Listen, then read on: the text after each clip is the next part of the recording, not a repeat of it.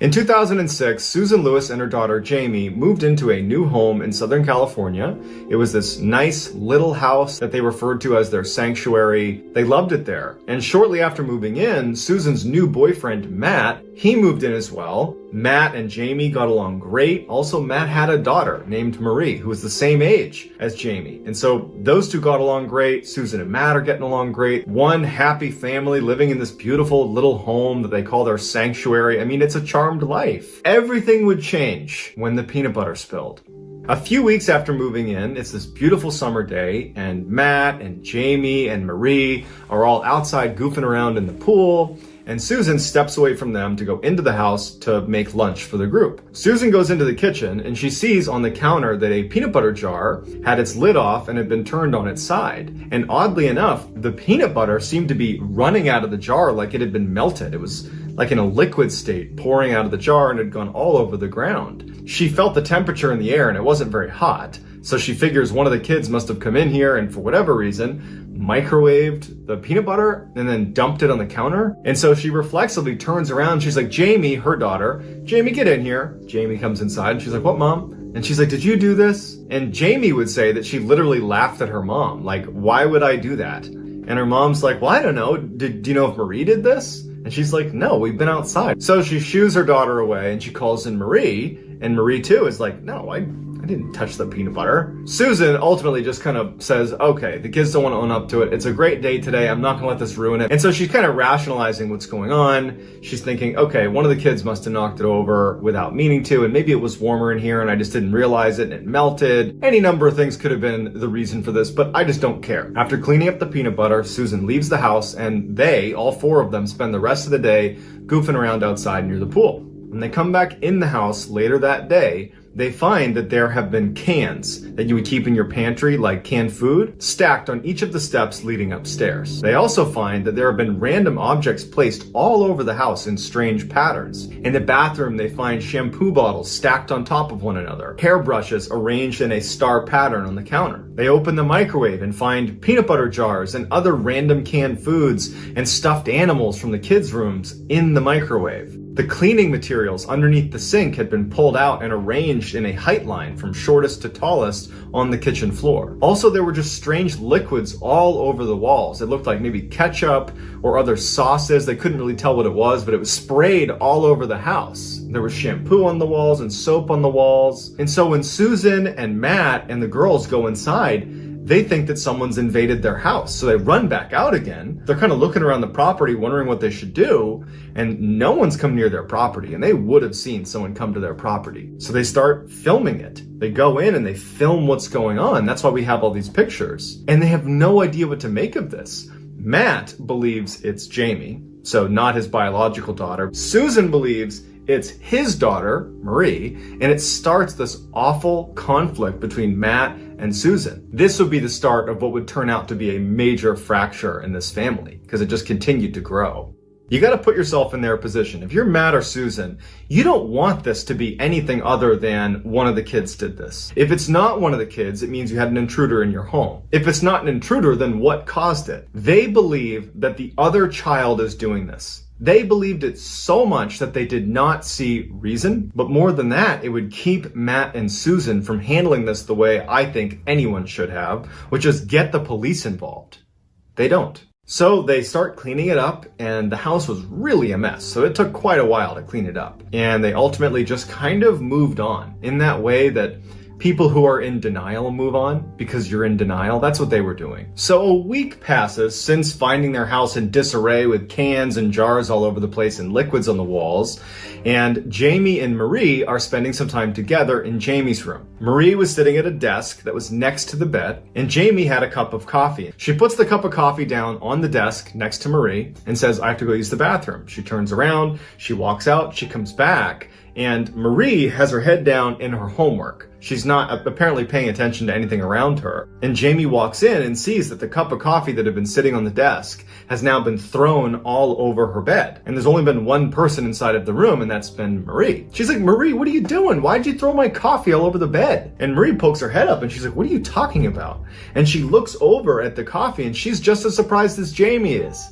She's like, I didn't do that. Jamie doesn't believe Marie. She's mad at her because Jamie believed that Marie was the one responsible for placing the cans and everything all over the house. And so this was just another example of her trying to get attention or something like that. Jamie leaves the room to get some bleach. She comes back and she puts the bleach down on her dresser. She had all her drawers open with her clothes out. And she has this bottle of bleach sitting right at the top of this dresser. And so she goes over to the bed, picks up the cup itself that had the coffee. She puts that back on the table, turns around to get the bleach, and the cap has been turned off and it's now dumping bleach all over her clothes. It's just pouring out. Marie had been sitting in the chair the whole time, and Jamie had seen her the whole time.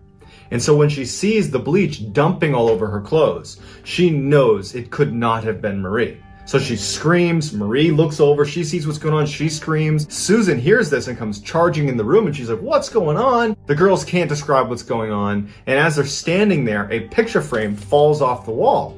And it startles them all. They're looking over, and then another picture falls. It's one thing to have one picture fall, but to have two fall in close succession to one another, that's not a coincidence. Susan sees the pictures fall. She hears her kids in hysterics, and they run out of there. They get in the car and actually just leave the house because the girls just did not want to be there. This was a big moment in this story because to this point, Jamie, without saying anything, believed Marie was responsible for placing everything around the house and making a mess in the house. Marie felt the same way about Jamie. Again, they didn't say it to each other, but it's how they rationalized it. Susan was doing the same thing, but for both of the kids. She basically believed that either Marie or Jamie had placed the cans all over the house. Now, Susan is starting to believe that something else is going on in the house. And Marie and Jamie absolutely believe something is going on in the house. They actually suggested that we believe our house is haunted. At some point after driving around, Susan and Jamie and Marie go back to the house. Matt has been at work the whole time, so he's not there. When they get back to the house is once again covered in cans all up the stairs, placed in weird orientations on the ground, things in the microwave. The fridge has been opened, all the food's been dumped out. There's liquids all over the wall, and they hadn't been there. And neither had Matt. Now combine it with the fact that you just had this coffee and bleach incident and the picture's fallen off the wall. They're talking about the house being haunted. You can imagine what it was like to walk into that house and see it like that all over again when it could not have been Jamie or Marie or Susan. When Matt came home that night, he was just more convinced that it had to have been Marie or Jamie or even Susan, because Susan's acting like something's going on here, something paranormal's going on here, and he wasn't there. He didn't see the coffee and bleach incident. He didn't see the pictures falling off the wall. And now he sees his girlfriend kind of buying into this idea that it's some paranormal thing. He was a really intense skeptic and was just absolutely unwilling to see this as anything other than a bad prank that now his girlfriend is even getting in on. It causes a huge fight between him and Susan. He's like, "Why are you letting the kids doing this? Why are you feeding into this?" She's saying, "You don't get it. There's something wrong with this house." Practically at each other's throats, they pick the house up again. It takes forever. They put everything back. And by the end of it, it's like no one wants to talk to each other. The kids are fighting with each other. Susan and Matt practically hate each other. And that's how that night wraps up. That night, all the power went out in the house. And all they heard all night was doors banging nonstop. And their stove is set to light. So all you hear is that clicking sound. They couldn't get it to turn off. I mean, right in front of them. There's all this paranormal activity and they're recording it. And they have no idea what to do. Even though we view this story and say, come on guys. Either this is an elaborate hoax or you gotta go to the police. You gotta do something right here. You're doing it wrong. You're in denial. You're fighting with each other. You can't do that. You gotta do something about this. But now put yourself in their position. Their world has been completely turned upside down. Everything they believed and understood about the world is being questioned right now. They are trying to hold on to every last shred of that former life and understanding of life that they had before this haunting began. And so they don't handle this well. They just continue to fight and to be at each other's throats, blaming each other for all the things that are blatantly happening in front of them that have nothing to do with Matt, Susan, Jamie, or Marie. So at this point, Susan and Matt and the girls have not told any of their friends or other family members about what's going on. So the next day, Susan would actually go to her close friend and say, "Here's what's going on, and I have no idea what to do." And her friend would say, "Maybe you ought to try giving it a peace offering. Maybe this thing in your house, feels like you're intruding, and if you offer some sort of peace offering to demonstrate that you mean no harm, that you want to coexist, that maybe it'll get along with you. Maybe it'll stop. So whether this was good advice or not, we don't know.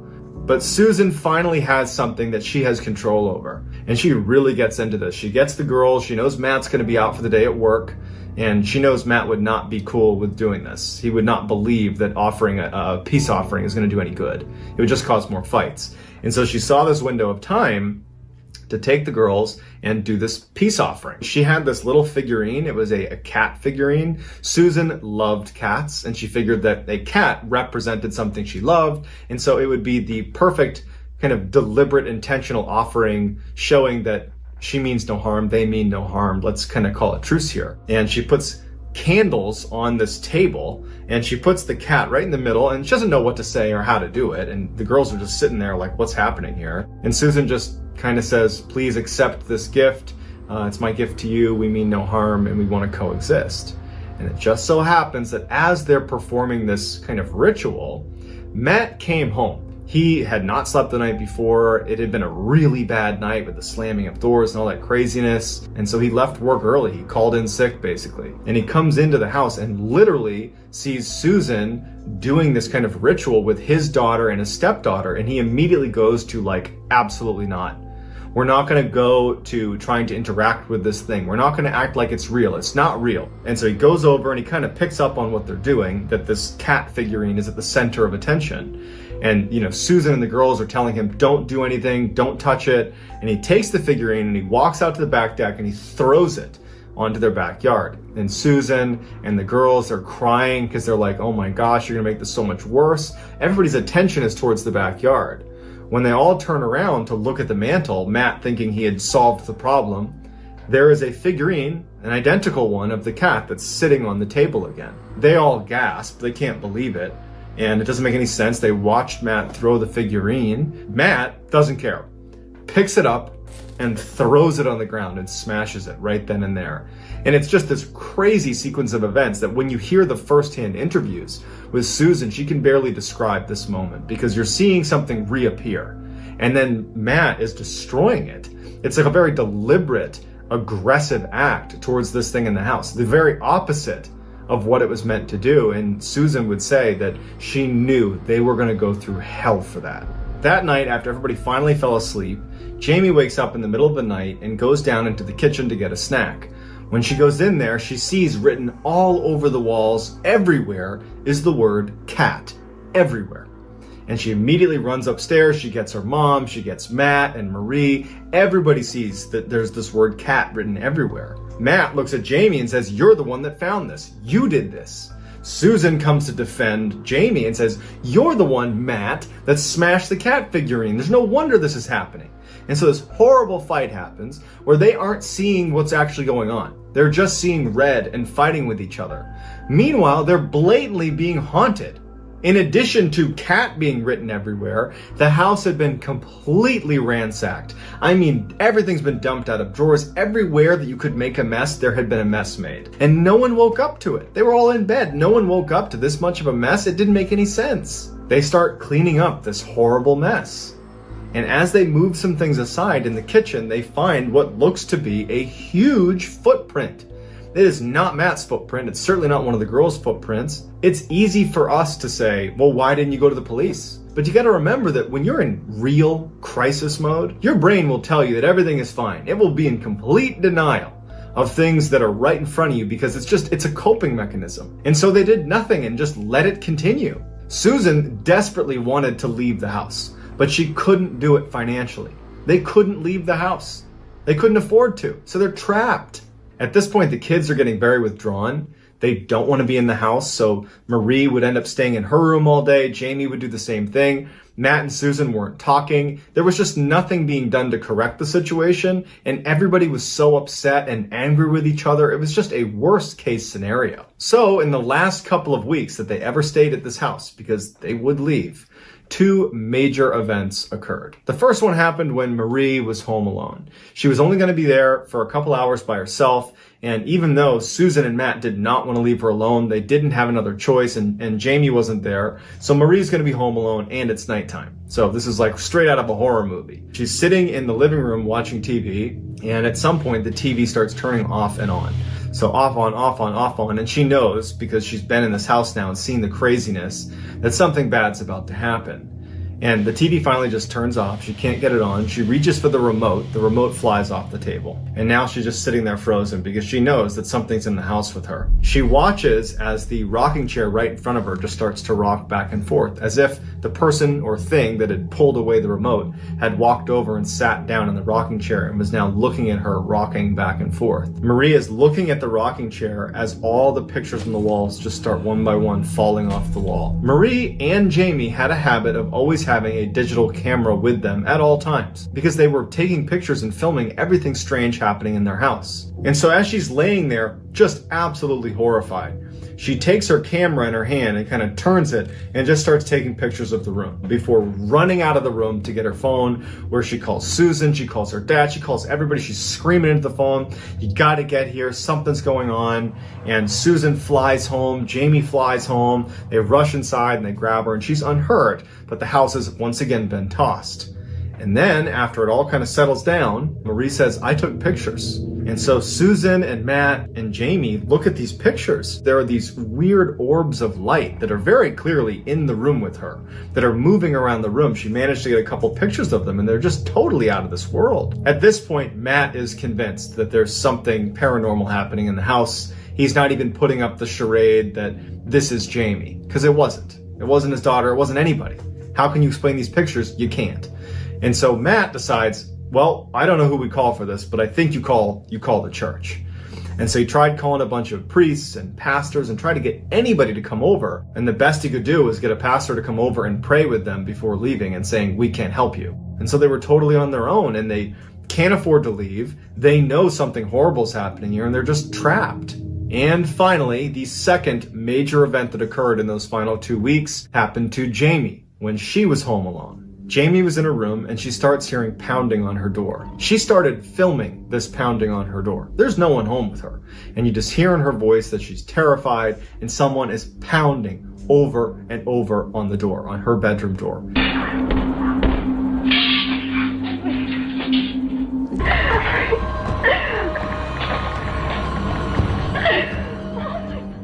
And at some point she knows she has to go into the hall. And so she goes over to the door. She's building the strength to reach down and open the door. And as soon as her hand would go near the doorknob, the pounding on the other side of the door would stop. Like it knew she was about to come out into the hall. And so she didn't open the door, and she went back onto her bed and she just sat there in the fetal position for 3 hours, listening to something smashing nonstop into the door. At some point the banging stops. And after a few minutes of the banging being done, she thinks this is her chance to escape the house. She opens the door and there's no one there. But the door on the outside, where the knocking had been happening, there's this huge dent and divot in the door. And the door handle on the outside, from the hallway side, has been bent downward. On the ground in the hall is a pile of utensils, pots, pans, silverware, knives. This thing had been using tools to try to open the door. Next door to her room was a bathroom, and the bathroom door did not have a doorknob on it. You basically just pushed it shut. But there was a space for a doorknob that you could actually look through. They just hadn't put it on there yet. And she noticed in the bathroom that the light was flickering. And she thought, I think it's in there. And she decides she's going to try to trap this thing. So she goes to her desk where she had some string. She goes back over and loops the string through this hole in the door and leans back and pulls the door shut, thinking she's trapped this thing inside. As soon as she does, she starts feeling resistance on the door. Someone is pulling back. And at some point, the string gets cut and she falls back into her room. At which point, the bathroom door swings open and she says, I'm about to come face to face with something out of my nightmares.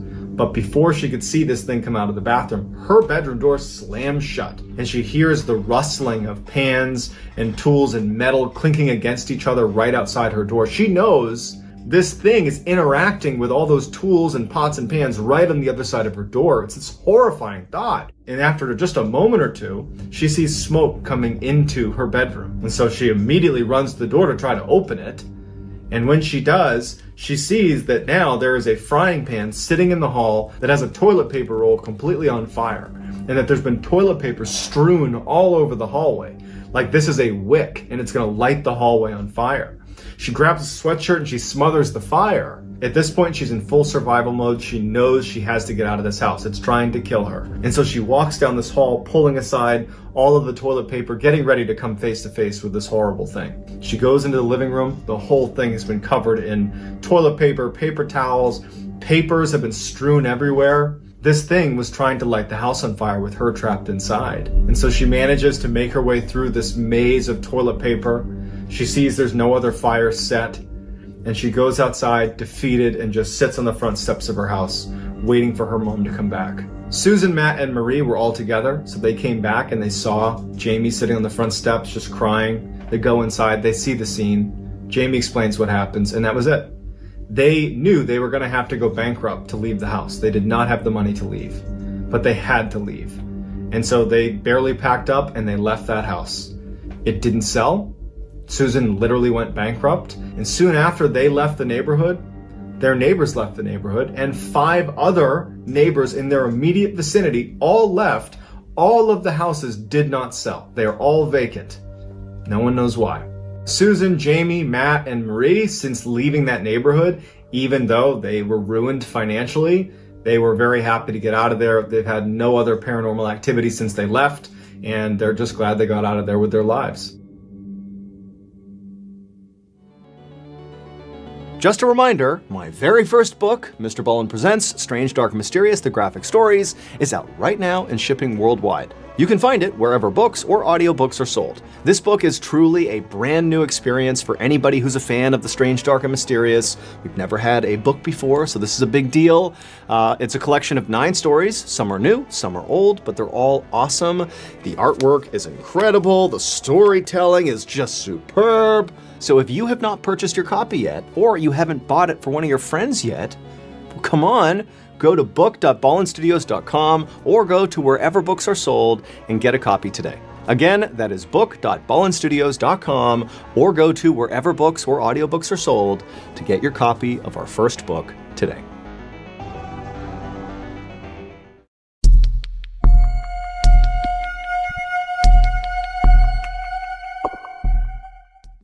"911 dispatchers hear a lot of interesting stories coming from the other end of the phone. But one group of dispatchers out of Reno, Nevada may win the award for the creepiest 911 calls ever received. When the details of these calls they got were put online, the internet went crazy. Here is their story. There was this old couple that lived about 20 miles east of Reno, Nevada. In 2010, the husband dies, leaving the wife all alone in this house. Shortly after his passing, she began calling 911 2-3 times a week, requesting things like, "Can you please put some water on to boil? Hey, can you change the thermostat?" It was clear she was showing signs of dementia, and the dispatchers were respectful of her and gently told her that this is 911, you can only call if it's an emergency, and at some point the woman would understand her mistake and she would say sorry and she would hang up. No first responders were ever sent out for these calls because it didn't seem like an emergency, it just seemed like a confused elderly person. But no matter how many times they told her, she kept calling back. And eventually her calls took a turn. Instead of calling 911 to ask for help with mundane tasks around the house, she would call 911 believing she was talking directly to her deceased husband, John. The dispatcher would pick up and the woman would say, "John, where are you? John, John." By this time, the dispatchers had gotten so many calls from this woman, they would recognize her address coming through and they knew what to expect. They would answer the phone, they'd be respectful, and they would tell her, like they always did, "This is 911. You can't call here. You need to talk to your family." And again, they did not send a responding unit out to her because it just seemed like she was confused, not in any danger. But one day when she called, she sounded frantic and scared. "John, please come home. Help me. I need help. John, come home." This time, they would send first responders out to the woman's house. When the responding unit arrives at her house just minutes after she had placed the 911 call, they go to the door and they're knocking and they're yelling for her and she's not coming to the door and it's all quiet in the house. The door's unlocked, so they open it up and they announce themselves. They walk inside and immediately they can tell the heat is not on because it's very, very cold inside the house. They look around the first floor and they can't find her, and there's no sign of a struggle or any obvious problems that could have happened inside of the house. So they go upstairs and they start searching all the rooms and no one's there until they get to the last room, and it's the bedroom. They go inside and there's an older woman who's lying on the bed, and she's clearly deceased and has been for several hours because rigor mortis had already set in. The police are able to confirm that the woman who's lying on the bed is the same woman who owns the house and lives there. And at this point, they call back to dispatch and they tell them, hey, the woman that you claim made this 911 call, well, it can't have been her, because based on rigor mortis, she was dead at the time that 911 call was made. But the dispatchers are like, no way. We know what she sounds like. We speak to her multiple times a week. We have a whole protocol built when we see her address come across because we speak to her so often. That 911 call that you got that led you to that house where she was, that call was made by her. What they ultimately decide is the reason for this discrepancy is she didn't have rigor mortis. She was just stiff because it was really cold inside of her house, and that she had died in those couple of minutes between leaving the 911 call and when officers arrived. But in the back of everybody's minds, they're a little freaked out. A few days go by and another call is placed to 911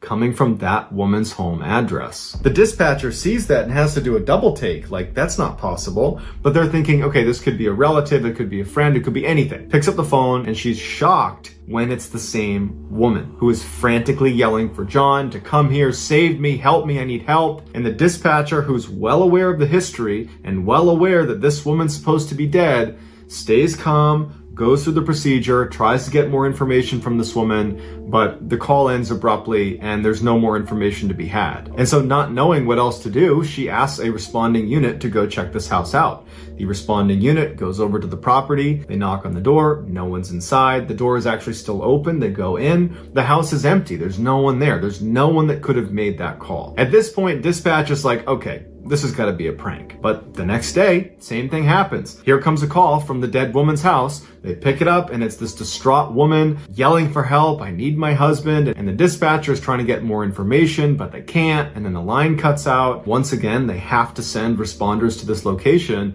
because this woman has called 911 and is saying that she needs help. And once again, the officers get to the house and it's vacant. Just like when she was alive, these calls would persist multiple times a week. They continued even after her house was broken into and burned to the ground. There's not even a house anymore. And there are still calls coming through from that address to 911. Finally, the police get in touch with the phone company and they explain the situation, and the phone company looks at their records and they say, actually, her phone line was disconnected almost immediately after she was deceased. But they tell police there's a chance that it might not have been disconnected properly at the site, and that could be a reason why it's still working. So they send a lineman to go check out the actual property to confirm her lines were disconnected properly and that no wires were getting crossed, and he said all of it checked out. Everything has been detached this whole time. The phone company thought perhaps there was a digital recording of her that got trapped in their system and was randomly bouncing to their call center. But the dispatchers would say, it doesn't sound like a recording that's playing the same every single time.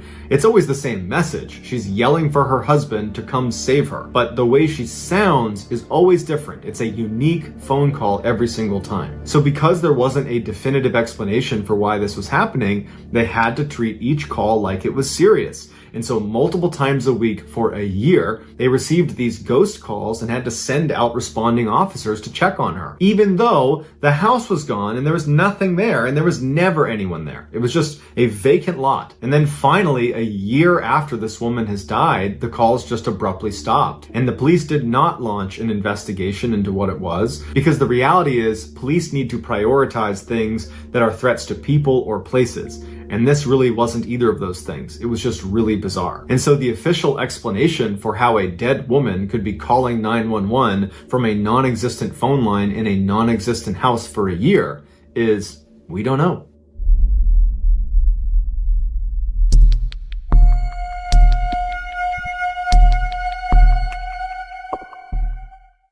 In 2006, Dave Murphy had just become a police officer in Salt Lake City, Utah. His first role was as a protective service officer, which meant he'd be in charge of physical security at a number of the county facilities. Dave's first facility was the Capital City Theater, which is a landmark inside of Salt Lake City. It's been around since the early 1900s. It's this beautiful, grand theater. So in early August, Dave reports to the Capital City Theater for his first day on the job, and he meets his partner, an officer by the name of Morgan Matthews. He gets there on this first day, and right away, Dave would say that Morgan was just strictly business. The first place that Morgan takes Dave is the control room, which sits on the first floor of the theater. The theater had 3 floors, and then it also had a basement as well. So the control room was on that first floor. Inside of the control room were all of the security monitors, because there was all these cameras set up inside of the theater. The cameras weren't great though. You pretty much could only tell what was in frame if there was a light on, and most of the time at night especially,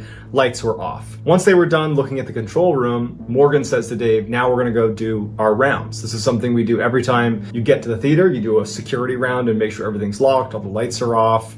Before you come back to the control room, you'll do that at the beginning of your shift and at the end of your shift. Morgan brings Dave downstairs, and it's the first time Dave is seeing the basement, and he's shocked by how big it is. It is this massive hallway that stretches way down. In the middle of the hall is a piano that's just sitting out in the middle, and the lighting's not good down there. This is a very old theater. You know, everything in the building was pretty old, and Dave remembers thinking that he was immediately creeped out by this scene, this long hallway with all these doors and this piano right in the middle of the hallway, and he's thinking to himself, I don't want to spend much time down here. This is so creepy. But they go down the hall, they check all the doors, they make their way up to the main floor, the second floor, the third floor, everything gets checked. And so after they do this security round, Dave and Morgan go back to the control room, and Dave is anticipating getting to know Morgan a little bit. This is their first night. They're going to be working together a lot. And Dave would say that Morgan just seemed really cold and just did not want to talk to Dave very much. And as soon as their shift was almost over, Morgan was very eager to just knock out the security rounds and just get out of that building. At the end of that night, Dave remembers thinking that there's just something off about Morgan's behavior. It seemed like Morgan really didn't like being in the theater. And it would turn out that he was onto something, because Morgan didn't like being in that building. But it would take him a while to share with Dave why. Over the next couple of days, Morgan and Dave would do their security rounds together because Dave's in training, Morgan's teaching him. But on August 9th, which is 2 days after Dave's first day on the job, Morgan was confident that Dave knew how to secure the whole building. And so at the end of the night, he tells Dave, why don't you do the security rounds yourself? Dave feels very confident that he knows how to do it. He goes down into the basement, makes sure all the doors are shut and locked, that the lights are off, finishes the basement, goes up to the first floor where the control room is and checks all the rooms on that floor. He goes into the main auditorium space. He's checking all the different nooks and crannies to make sure there's nobody hiding in there. He goes up to the second floor. He checks all the different rooms up there and the balcony, makes his way up to the third floor where there's all the offices of staff that work at the theater. At the end of the search, the last room he would check was the rehearsal room. And it was the only room where there was no door to it. So you'd poke your head in, kind of look around, make sure no one was in there, and then you would leave, and that's the end of your check. So Dave gets to the rehearsal room, he flips the light on, and he looks inside, doesn't see anybody, is satisfied that no one's in there, turns the light off, and as he's about to turn back into the hallway, he hears a door slam with tremendous force right across the hallway from where he was, and it was the bathroom door. And his first reaction is someone just ran out of the bathroom. Someone who had snuck into the building must have run out of the bathroom, and they're making a break for it to get out of the theater before I catch them. And so he instinctively picks up his radio and he calls to Morgan and says someone's on the third floor. But when Morgan looks at the camera, he doesn't see anybody. At this point, Dave's drawn his weapon, and he's looking down the hall. He doesn't see anybody. And as he's waiting for Morgan to come upstairs to back him up so they can go look for this person that's just ran down the hall, he realizes 2 things. One, just because he heard the door slam doesn't mean they left and slammed it. They could be in the bathroom. And so he's thinking to himself, someone could be in the bathroom right now. Maybe that's why we didn't see him on the camera. And then the second thing he thought of is that door, the bathroom door, can't slam. It's got this huge hydraulic hinge to it. It can't slam. So his gun is drawn and he's aiming it at the bathroom door right as Morgan comes up on his right. Morgan draws his pistol, he's got it on the door as well, and they make entry into the bathroom. They clear all the different spaces in the bathroom and no one's in there, and there's no way to get out of there. Morgan and Dave are like, okay, well, they must not have come in here. They must have run out of the bathroom. They're somewhere in the theater. And so they decide they're going to search the entire building and find this person that clearly was just in the bathroom, and that's how they slammed the door. We're not going to worry about how they slammed the door with the hydraulic hinge. We just know it was slammed somehow. So they leave the bathroom, guns still drawn, and they start making their way down the hall. They're checking all the doors, everything is locked. When they start making their way downstairs to the second floor, Dave recognizes through the door, because there's a door leading onto the second floor, he can see that the lights are on, and he had turned them off. And so as they're walking down the stairs, he says to Morgan, hey, did you turn the lights on the second floor? And Morgan's like, no. And so they think that whoever was here, whoever was in the bathroom is on the second floor. They must have turned the lights on. They go into the second floor, and not only are the lights on, but all the doors on the second floor had been opened. They search the entire second floor. They search every single room. No one's on the second floor. They turn off the lights, they shut all the doors, everything's locked. When they went down to the first floor, everything was the way it should have been, locked, lights off, nothing down there. And they go down to the basement, and even though it was creepy being down there because they've now searched the whole building and they're anticipating coming in contact with whoever is here, assuming they haven't left the building yet, and there's no one down there. They decided to review the footage from the third floor to see if they could pick up someone running in the hall around the time that door slammed, but the camera was not trained on the bathroom door, so you just have this view down the hall. You can't see the bathroom specifically, not to mention the hallway is dark and the cameras are terrible without light. And so all they're able to see is the light go on in the rehearsal room while Dave is doing his last check in there. The lights turn off because Dave's about to turn around. And then after that, you just hear this massive slam of this door, but you can't see what happened. So they don't know what to make of it. They're both very much on edge that someone might still be in the building. And so they do another sweep of the building and no one's there. And so they decide to just chalk it up and say, we were hearing things and seeing things. I'm sure it's fine. Let's just get out of here. And they leave. A couple of days later, on August 11th, Morgan is working alone. Dave wasn't coming in that day, so Morgan's alone in the theater doing a shift. And at some point in the night, as he's sitting in the control room, he thinks he hears whispering in the hall right behind him. And so after the experience he had with Dave a couple nights ago, he's on edge. So he draws his pistol right away. And so he goes out into the hallway, and immediately when he steps into the hall, the whispering seems to go farther and farther away from him down the hall. So he gets out there, he's looking around, he can't see anything. He makes his way down the hallway towards the stairs that go down into the basement, or if he wanted to go up to the second floor. And when he gets to the top of the stairwell, he's, gun drawn, looking down, looking up. He hears what sounds like coughing coming from the basement. And at this point, Morgan said that he was actually pretty scared. I mean, imagine being alone in this theater. Just a couple of days earlier, you've had this weird experience with slamming doors and doors being opened and lights going on that somebody else, another police officer, witnessed with you. You're alone in this theater and you're hearing coughing coming from the basement after hearing voices behind you. That's pretty terrifying. So he very slowly starts going down the stairwell. He's getting ready to clear the corner, and just as he does, the coughing stops. He turns the lights on and he looks down the hall and there's nothing there. He starts making his way down the hall. He's checking every door, making sure it's locked, making sure that everything is secure. And he gets all the way down the hall. And as he's almost done checking the basement, he smells smoke and it's coming from a door right next to him. And so he unlocks that door and he goes in and there's no fire, but all he can smell is smoke. So he turns the light on. He's looking around. There's no fire. He's convinced that somewhere down in the basement there's a fire.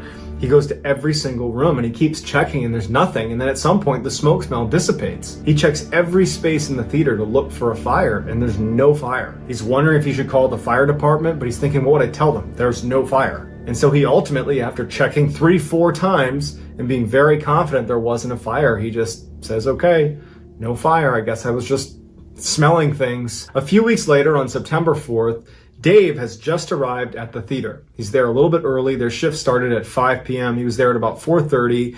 And when he walked into the building, he sees that there are 3 staff members sitting at the front desk talking to each other.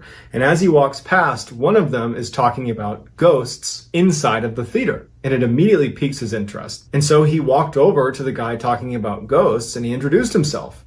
And it turned out that this guy was a man named Blair Fuller, who was a senior accountant at the theater. And so Dave asked Blair, what are you talking about with ghosts in the theater? Because I provide physical security here and I've seen some strange things here. I'd just love to hear what you have to say about it. So they head up to the 3rd floor where Blair's office was, and they sit down, and Blair says, okay, I got a doozy for you. This happened to me a couple years ago. I was actually in this office. It was about 10 o'clock at night. I was doing some work and I heard the elevator kick on. Now, the elevator was right outside of his office, and anytime it was on, the engine was really loud. It was really obvious if the elevator was moving around. And so he's doing his accounting work and he hears that engine kick on. He doesn't think much of it, but then it clicks that he's the only one in the building. And so he kind of looks out the glass window of his office. He had a closed door office with 2 windows looking out into the foyer where there's this elevator. And he looks out and he can see that the little lights above the elevator showing what floor it's on have lit up and it's going up. So the elevator was in the basement and now it's on the 1st floor, the 2nd floor, 3rd floor. The door's open and there's no one there. And at this point, Blair says that he wasn't concerned. He figured, okay, maybe there's some maintenance, maybe it's scheduled to do that, who knows? But after a little while, the alarm goes off in the elevator to signify that something is obstructing the door from shutting. And he's looking out the window and he hears this alarm, this like ringing sound going off, but the door isn't shutting. And he's like, there's nothing obstructing the door, why isn't it shutting? And so he leaves his office and he kind of walks over to the elevator and he walks into the elevator. And he said immediately he felt this massive drop in temperature inside of the elevator. And as he's standing there, he turns around. Now he's looking back towards his office inside of the elevator. The doors start to shut. And for whatever reason, he said, I didn't get off. I just decided I'm going to ride this elevator. The basement button lights up as if someone had pressed basement. And they start going down. And he's sitting there thinking, what in the world is going on? It was just on an alarm because the door wasn't shutting. And then miraculously, when I go inside of it, it suddenly works again and it's going to the basement. So he goes to the basement, the door opens, there's no one there. He steps out and Blair says that it took all of his courage to yell out, hey, is anyone down here? And as soon as he did and he didn't hear a response, he said he didn't want to make any more sound. The elevator sat in the middle of the hall in the basement. It's that huge hall with that piano sitting right in the middle. The lights are off. And he pokes his head down one way. There's nothing down there. He sees the piano barely from the light of the elevator. And he looks down the other way. There's no one there. And at this point, he's just so spooked. He just gets back in the elevator and he hits floor 3, floor 3, floor 3. And he's hitting like door closed, door closed, door closed. The door closes and he goes back up to his office. He goes into his office and he shuts the door and he sits down and he's thinking like, what was that? Why did that just happen? I got to find out if they're running maintenance or something. And as he's sitting in his chair thinking about this strange experience, he hears what sounds like banging sounds coming from outside of his office in that foyer near the elevator. He just goes to his door and he opens it up and he pokes his head into the foyer and he looks to the side and there's this big filing cabinet and all of the cabinets are out. They've all been pulled out. He certainly didn't do this. And it was as if someone was one by one pushing each of them shut, these big heavy cabinets. And he's watching as one by one these things are slamming shut, one by one until the whole thing is shut. And so he goes over and he's like trying to disprove what he just saw, that he can open up a drawer and that it will shut on its own. But none of them shut on their own. You have to shut it. Something has to shut it for it to shut. And so he packed up for the day and left and did not work another night shift at the theater. Later that night, Dave would share Blair's story with Morgan. He wasn't really sure how Morgan was going to react, but Morgan actually would open up and he would say, you know, before you started working here, I always felt like I was being watched when I was here. And then we had that experience, obviously, where the lights are coming on and you heard that banging from that bathroom door. And then just a few days ago, I heard voices coming from the hall and I heard someone coughing in the basement and I smelled smoke and there was no one there. And so they start going back and forth, exchanging stories of just how uncomfortable this place made them feel. And so they're wondering what they should do about this. And Dave has this idea. He's like, my best friend, I'll invite him to come over here one night and we'll tell him that we're giving him a tour of the building and we'll just see what he says. We'll see if he reacts to anything here. Who knows? You know, maybe something strange will happen and then we'll have another person validate it. Morgan thinks that's a good idea. And so Dave reaches out to his best friend, Greg. Greg would say that he was a little bit surprised to be getting this offer to come take a tour of the theater, But he was interested, and since Dave was asking, he figured he would oblige him. And so Greg agrees to come to the theater and take a tour. So the next day, Dave and Morgan are at the theater, and Greg shows up. And so they start this tour. They go in the main auditorium. They're looking around, and they make their way into the basement. Morgan turns on the light, and Morgan and Dave instantly see a little ways down the hall on the left, one of the doors has been opened. And so Dave and Morgan push Greg out of the way. They draw their pistols, and they're aimed at the open door. And so Greg just stays behind them as Morgan and Dave make their way down to this open door. And when they get right outside the door and they're about to push it open to go inside, the door slams shut right in front of Greg and Dave and Morgan. And they all are looking at each other like, what's going on? But before they can do anything, the door handle starts rattling really aggressively. After the rattling stops, Dave and Morgan look at each other and they nod their head like, we gotta go in there. Greg is scared about being out in the hall alone, and so he just follows them in. And so the three of them go into this room. Dave and Morgan are, pistols drawn. It's a small room. There's no one in there. Light switch on, no one in there. Greg suddenly gasps and he points to the corner and he says, someone's sitting in the corner. And Dave and Morgan immediately train their guns on what's in the corner, but no one's there. And Greg's like, I just saw someone sitting in the corner. It looked like he had a hood on, he had like a sweatshirt on, I don't know, but he was right there. And so Dave and Morgan, they're freaked out because they brought Greg here on some level to disprove the strangeness. And now the three of them have seen a door slam that shouldn't have been open in the first place. Greg's claiming to have seen a figure sitting in the corner. This scared the crap out of all three of them. They quickly left, locked, shut off the lights, went upstairs. Greg's like, I'm out of here. Greg leaves. And Dave and Morgan are like, now what? So at this point, all the strangeness that was happening in the theater was getting reported, but it was being reported in a way that Dave and Morgan didn't seem like they were referencing something haunted, but rather someone was breaking in. Ultimately, the county installed new cameras inside of the theater. These updated cameras had infrared technology, which allowed them to see better when the lights were off. They were hoping that this would allow them to catch whoever was breaking in practically every time Dave and Morgan are on shift. So on the day that it was installed, September 15th, Morgan is working there alone. And he's sitting in the control room looking at the different cameras, and he's kind of playing around with the different screens and seeing what each of the cameras can do. And at some point, something catches his eye in one of the screens. In the main auditorium, it appeared like someone might be sitting in one of the seats, but the camera was zoomed back enough that he couldn't get a clear picture, and he didn't know what was normal in any of these cameras, because this is the first time he's looking at any of these screens. And so he's looking at the camera really closely, and he thinks he sees someone, he can't really tell, that has a hood on or a shroud on that's just sitting in the middle of the theater. And it starts turning its head like this. And he can see clear as day a set of eyes. And before Morgan has a chance to do it, it just starts raising into the ceiling and disappears. Morgan didn't even check to see what it was. He was done. He literally quit that day. That was his last day at the theater. A couple of weeks after Morgan has quit and Dave is working alone at the theater, he's in the control room, and all of a sudden he hears a piano playing.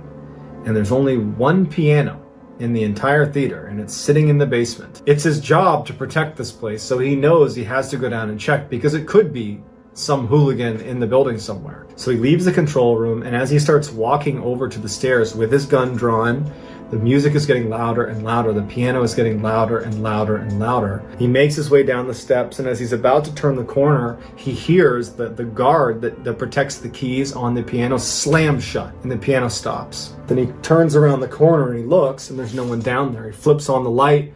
No one's in the hall. He knows he's not going to find anyone down here. It's this entity that's causing all this mayhem inside of the theater. Dave's seen enough. He's done. He is done with this theater, and he goes right back upstairs. He goes in the control room, locks it, stays there till the end of his shift, and then he is out. And the next day, he goes to his sergeant and he says, "You can't ever put me back inside that theater or I will quit." And so sure enough, he was transferred. Over the next 2 months, they didn't have anyone who could do full-time security at the theater. So different random officers would be there for a couple hours, a couple of days a week until November 26th. They found another officer, a veteran police officer named Josh Thomas, who was going to be working at the theater full time. On November 26th, the first night that Josh Thomas was going to be there, he didn't have anyone to turn over with. So he was just alone at the theater. And it just so happens that Dave is in a patrol car near the theater. When at some point in the night, Josh comes over the radio and says, "Hey, I need backup right now. Someone has broken into the theater." Dave knows that it's probably not someone breaking in. He knows what's going on inside that theater. He was the closest to it.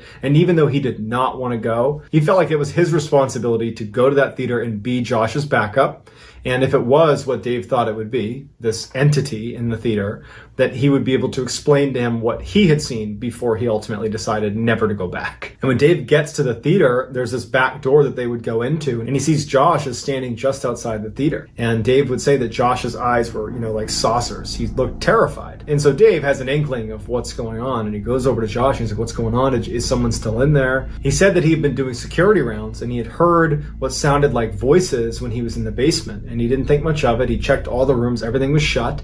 And when he made his way up to the third floor, he saw that the elevator had kicked on. It was in the basement, and suddenly the light was on and it was whirring up to the third floor. And when the elevator opened up, there was no one there. And he's standing there looking at it, and he looks inside, there's no one there, and then the alarm goes off. That's when he called in for backup. Dave says, look, let's just go search the building, we'll do it together. They clear the whole theater, no one's there. And before Dave leaves, they go into the main auditorium where the stage is, and they're just standing on the stage chatting with each other.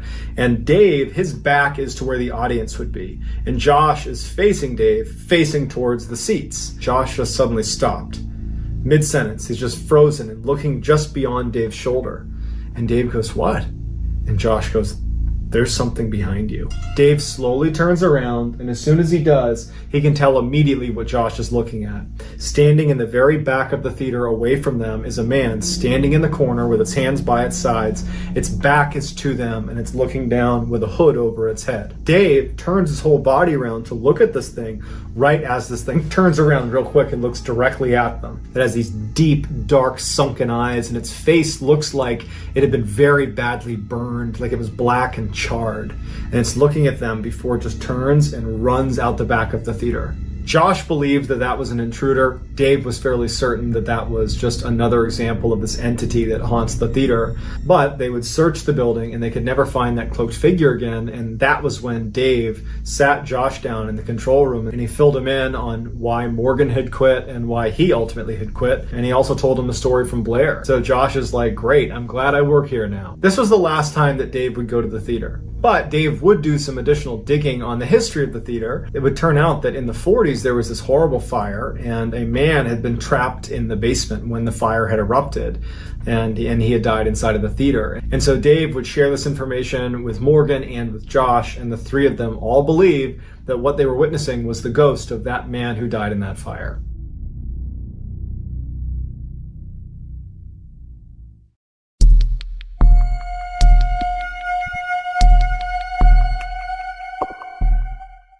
On the morning of November 13th, 1974, 6 members of the DeFeo family were asleep in their home in Amityville, New York. The 7th member of the family, Ron, was sitting on his bed in the basement. At around 1 a.m., he gets up off his bed, he grabs a rifle, and he starts walking up the stairs. He goes across the first floor, goes up the second floor stairs, and he gets to the second floor landing, and he walks right into his parents' bedroom, which was totally dark besides this little candle that had been lit next to his father's bedside, and he raises his rifle and he puts 2 rounds into his father's back.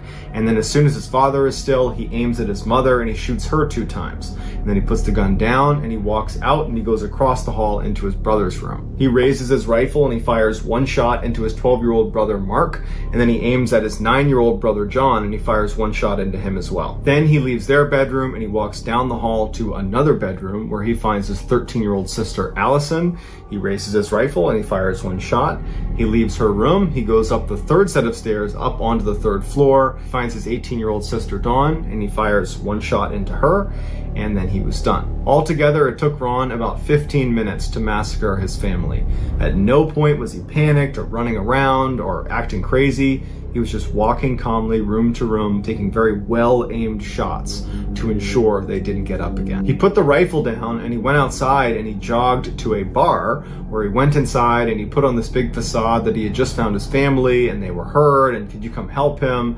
And when they got to the house, he refused to go inside, but the people from the bar went inside and they discovered this horrible scene. And when the police show up, Ron goes over to them and he actually confesses and says, "I killed my family." Even though the DeFeo family had a reputation for being very dysfunctional, it was Ron who had the worst reputation. He was known around Amityville for heavy drug use, for being a total alcoholic, and for getting really aggressive and confrontational with people. He was just a guy no one wanted to be around. And so when news got out in Amityville that this horrible thing has happened, and it looks like Ron is the one who did it, no one was really that shocked. But when details of the crime scene, specifically the way the bodies were positioned, made people wonder, is there more to this case that we don't know about? All of the DeFeo family members had been found lying face down in their beds, and none of them showed any signs of putting up a struggle against their attacker, which led investigators initially to think that they must have been sedated, that Ron must have drugged them somehow before he carried out this attack. But when the toxicology reports came back, no one in the family had any substance in their system. At first, the police did not think that was a very big deal. They figured, you know what? The family just must not have heard the different gunshots. He wasn't shooting lots of rounds. It was, one single round here, one single round here, that perhaps they just didn't hear it, and that's why no one tried to escape. But it turns out the rifle Ron was using, the .35 caliber Mrballen, is one of the loudest rifles you can own. And in fact, investigators went out and did a test with it, and they fired it indoors, and you could easily hear it a mile away. And so investigators said, well, then it looks like they must have heard these gunshots, but for some reason didn't get out of their beds. They didn't try to fight back in any way. They just kind of took it. And then you have the weirdness of Ron's confession. On the night of the attack, when Ron is sitting on his bed and he can't sleep and everybody else is asleep upstairs, he starts hearing a voice in his head that's saying, "Catch them, kill them." And he thinks he's just losing his mind. But then out of the shadows, straight across from him, from underneath the steps in the basement, this shadowy figure emerges and starts walking towards him, and he can see what looks like its mouth moving and saying the words, "Catch them, kill them." And Ron's looking up at it as this figure walks all the way up to him and bends down and gets right next to his ear. And he says right into his ear, "Catch them, kill them." And then Ron said involuntarily he reached over to the rifle that was on the bed with him, and he stood up and he began walking towards the steps. And he knew what was going to happen. He was going to go kill his family, and he didn't want to do it, but he felt like he didn't have any more control over his body. And that's when he realized he was being possessed by this demon in the basement. While Ron's confession terrified everybody in Amityville, the idea that there was a demon living in the basement of this house that possessed someone to go kill their family, that terrified everybody, but it didn't hold up in court, and ultimately Ron was sent to jail for life.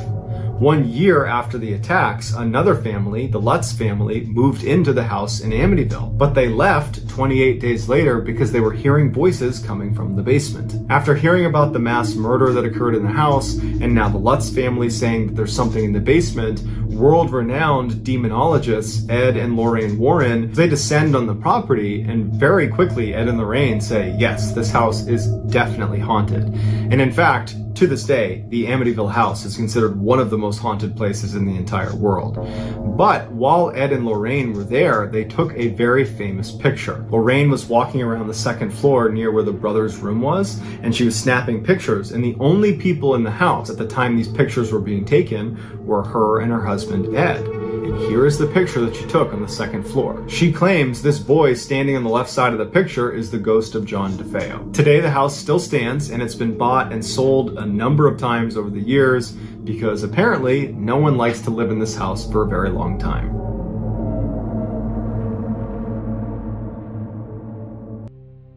At 4:45 a.m. on Saturday, January 17th, 2015, a 27-year-old farmer named Caleb Whitby drove his pickup truck down a highway in southeastern Oregon. Caleb knew conditions for driving were not great. In fact, they were kind of awful. The road was icy, it was foggy out, the sun wasn't up, so it was pretty dark out. But he felt like he didn't really have a choice. He had to go pick up a shipment of cattle for his family's farm. After driving for another 10 minutes or so down this road, so it's just before 5 a.m. at this point, Caleb found himself right behind this big semi-truck who was going under the speed limit.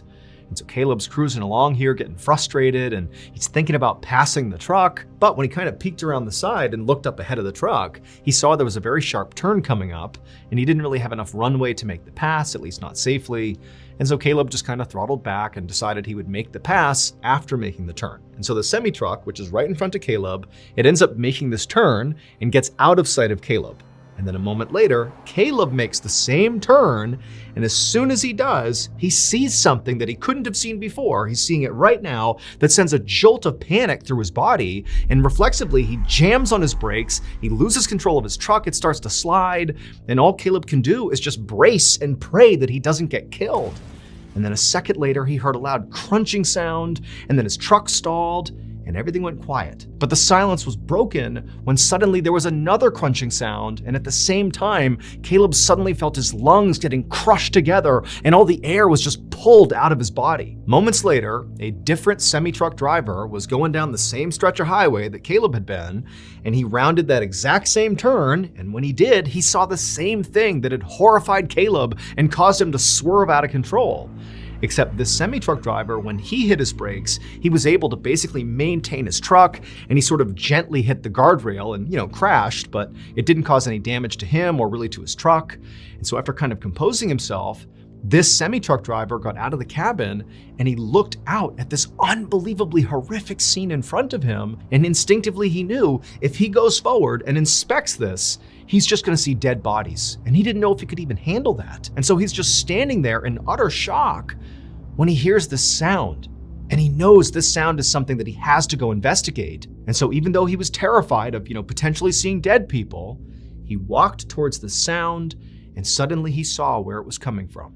And he just couldn't believe what he was looking at. It would turn out when Caleb Whitby rounded that corner and then saw this horrible thing that caused him to crash, well, what he saw was a massive pileup of over 24 cars just completely blocking the road. And so he smashed on his brakes and he tried to stop himself, but ultimately he smashed into the semi-truck that just moments before he had been driving behind. The semi-truck had also crashed. And so Caleb has now crashed into the side of the semi, and everything's silent for a second, and then another semi-truck comes around the corner. Caleb can't go anywhere, and that semi-truck blasted into the back of Caleb's car. After that, the other semi-truck, the third semi-truck, if you will, rounds the corner, sees the pileup, hits the brakes, but this guy, he manages to crash into the guardrail, avoiding major injury and damage to his truck. And so he gets out of his truck and he's surveying this horrific scene, and he hears a sound. And he follows that sound right into the crash, and eventually he finds it.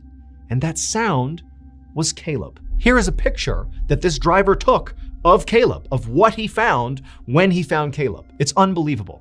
Somehow, when Caleb's truck was smashed from both directions, it created this perfect pocket of space just big enough for Caleb to fit inside of. And so despite being smashed together by two semi-trucks in this huge pileup, Caleb was basically unhurt. And so when this third semi-truck driver found Caleb, he actually was able to, after taking this photo, pull Caleb out of the wreckage, and minus a bruise and a couple of cuts on his face, Caleb actually was just fine and ultimately walked away. And in fact, after first responders showed up and cleared the wreck, it would turn out that incredibly, nobody was killed.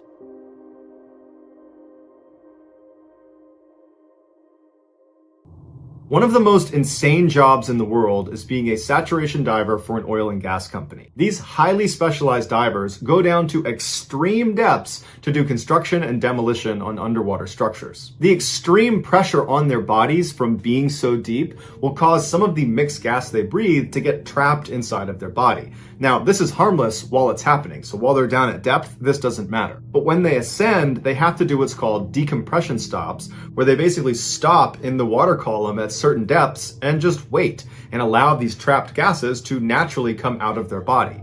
Now, if they skip these decompression stops and just rush to the surface, those trapped gases will not leave their body and they will expand inside of them, causing a condition called decompression sickness, or the bends, and it can be fatal. Now, these decompression stops get longer and longer the deeper you go. And in the case of saturation divers, they'll go as deep as 2,000 feet. And for reference, in order to safely ascend from 2,000 feet, it would take you about 33 hours. And so these oil and gas companies can't afford to have their divers taking 33 hours in between dives, and so they came up with a clever workaround. They built a pressurized chamber system on board ships and oil rigs where their divers would live in between their dives. And what this did was, by keeping their divers constantly under pressure, either literally underwater or in this system, the trapped gases inside of them didn't have a chance to expand, and so their divers couldn't get the bends. The divers would live inside of this incredibly cramped chamber for weeks at a time,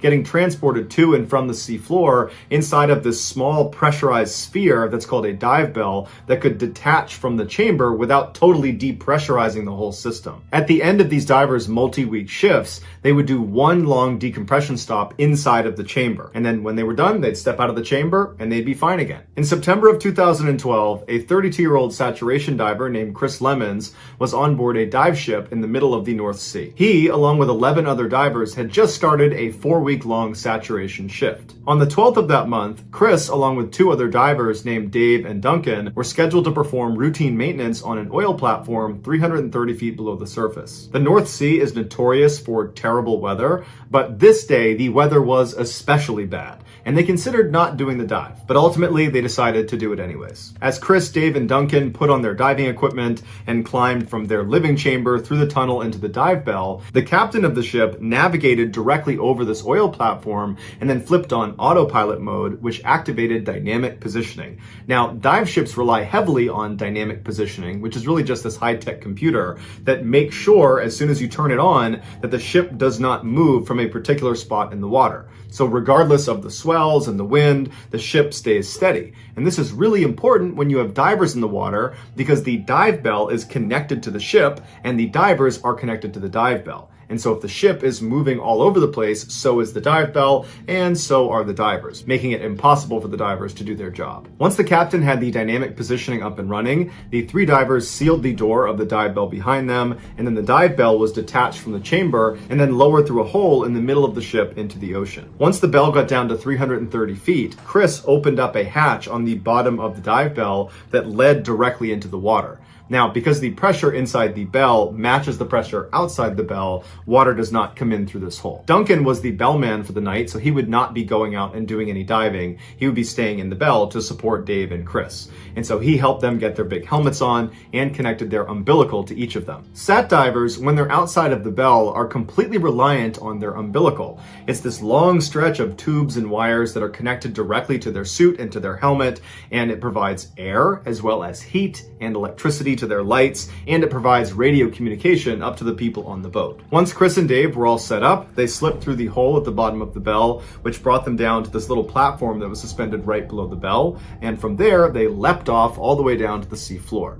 Now, sat divers will say that leap from that platform is both amazing and terrifying, because once you leave the bell, it's completely pitch black all around you, so there's no reference point of how fast you're going or even how close to the ground you are. And so it feels like you're just sinking into this endless abyss before you crash into the ground. Once Chris and Dave did hit the ground, they stood up and began walking, and they were directed by the radio in their helmet which direction they needed to go to reach this oil platform. The oil platform was 11 meters tall, and it looked like a sort of pyramid of these big steel pipes. They climbed up the side until they reached their respective working area, and then they settled in to do their job, which they expected to take about 6 hours. At first, everything was going to plan, but about an hour into the job, something went terribly wrong on the surface. The dynamic positioning computer failed. Now, the captain immediately saw it and just expected the backup computer to kick in and take over. But in a terrible turn of luck, the backup computer also failed. And so very quickly, this huge dive ship began drifting in the rough seas, dragging with it the dive bell and the divers 330 feet below. While the captain struggled to try to fix the system and get it back online and get the ship back on station, another crew member hopped on the radio and called down to Dave and Chris, who were outside of the dive bell, and told them to abandon the structure and get back in the bell ASAP. And Chris and Dave could tell from the urgency in this person's voice that this was no drill, this was serious. Chris and Dave were both positioned on the south side of the structure about halfway up, and their umbilicals were running straight straight up the structure and then northward because the ship was drifting northward. So neither Chris nor Dave could go around the structure. They needed to go straight up before being able to climb their umbilicals back up to the bell. And so both men began climbing, but they could feel the tension on their umbilical was getting tighter and tighter, and Dave managed to get all the way to the top and he cleared the lip, and as soon as he was on top, he started getting pulled away from the structure. And he looked to see if Chris was also getting pulled, and all he saw was Chris's umbilical, impossibly stretched, still draped over the south side, and he could not see Chris. And that's when Dave, Duncan, and all the people on the surface heard Chris come over the radio frantically saying he was stuck on the underwater structure. His umbilical had gotten wrapped around one of the pylons. And so through the radio, Chris asked Duncan to give him more slack. But Duncan said, "There is no more slack. We are completely tight here. You have to get it free." And Chris would say, "I can't unfree it. It keeps getting tighter and tighter. I can't get it off the pylon." And so Dave jumped down onto the platform and tried to pull himself over to Chris, but his own umbilical was getting pulled towards the dive bell, and so he could not help Chris. And so Dave knew he couldn't do anything, so he turned and began crawling up his umbilical towards the dive bell, and as he's climbing, he hears behind him this extremely loud explosion. It sounded like a shotgun going off. And what it was Chris's umbilical snapping under the tension. As soon as the umbilical snapped, it sent Chris flying backwards off the structure, falling towards the ocean floor. Without his umbilical, he wouldn't have had light, he wouldn't have had a radio to talk to anybody up on the boat, he wouldn't have had heat, and the water was just barely above freezing, and so he would have been very cold very fast, and he would not have had an air supply.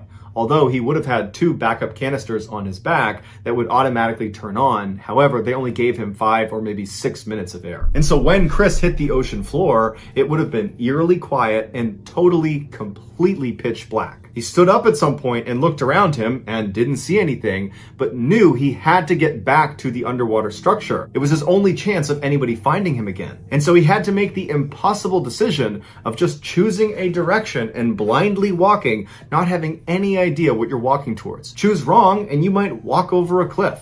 But at some point, Chris made up his mind and just began walking in a single direction, and miraculously, he walked into the underwater structure. He climbed up the side until he got to the top, which was a flat metal grate, and there he looked around and saw there was no dive bell, there was no sign of anything. It was just him. He was completely all alone. And he must have known at this point that he was running out of air. He probably had maybe 1 or 2 minutes left.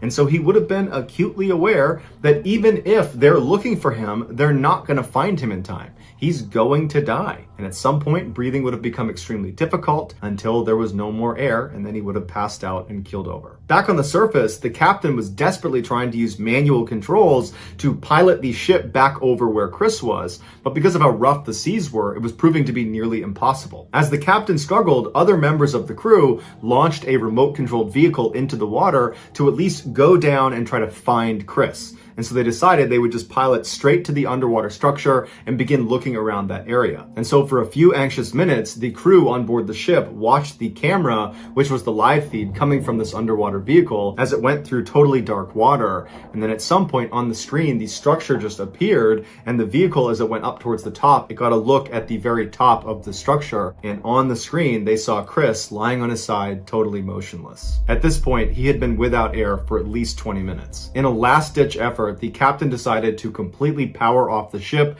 and its computer and just do a hard reset, something that you would never do, especially in rough seas, because if it doesn't come back on again, you are dead in the water.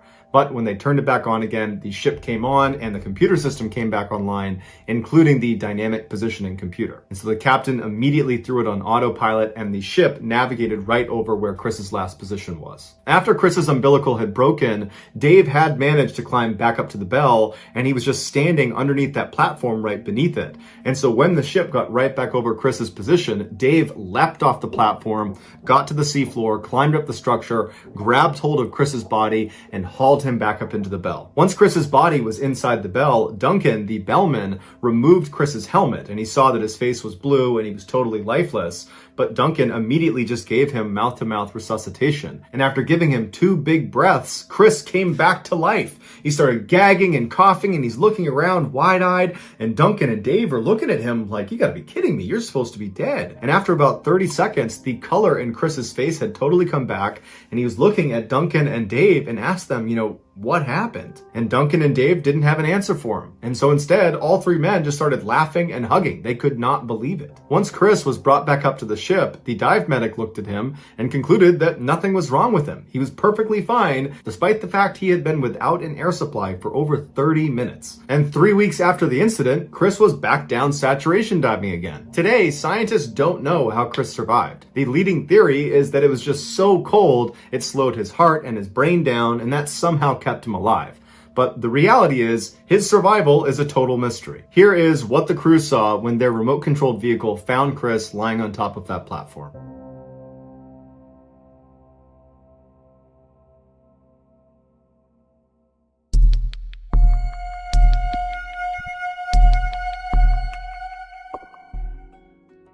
On the morning of February 25th, 2015, in a little house in the city of Cape Town in South Africa, a 17-year-old girl named Misha Solomon was packing up her homework in between bites of her breakfast. And as she did this, her mother, Lavana, walked into the kitchen with a big smile on her face, and she was holding up this beautiful red flowing dress. And immediately Misha knew what it was. Her mom had been making this dress by hand over the past couple of days. It was for a big school dance that was coming up, and she saw that it was now done. And so Misha, she put down her breakfast and her homework, and she rushed over to her mom, and she admired this gorgeous dress and thanked her mom for all the hard work and said it's absolutely perfect.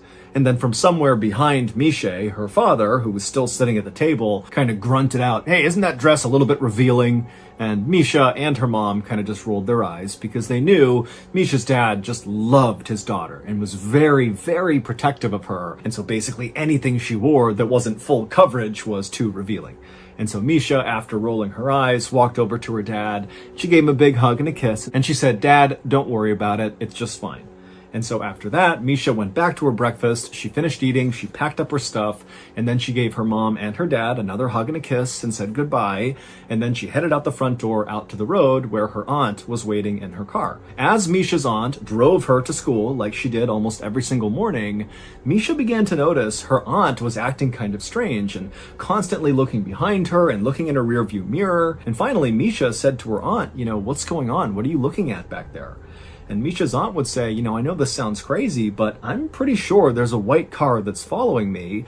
And in fact, over the past couple of days, I've seen what I think is this same white car following us anytime I'm driving you to school." And so Misha just turned around in her seat and looked out the back window, and she saw there were dozens of white cars on the road. So it was pretty difficult to tell which one her aunt was talking about. But as she's looking, none of the cars seemed suspicious.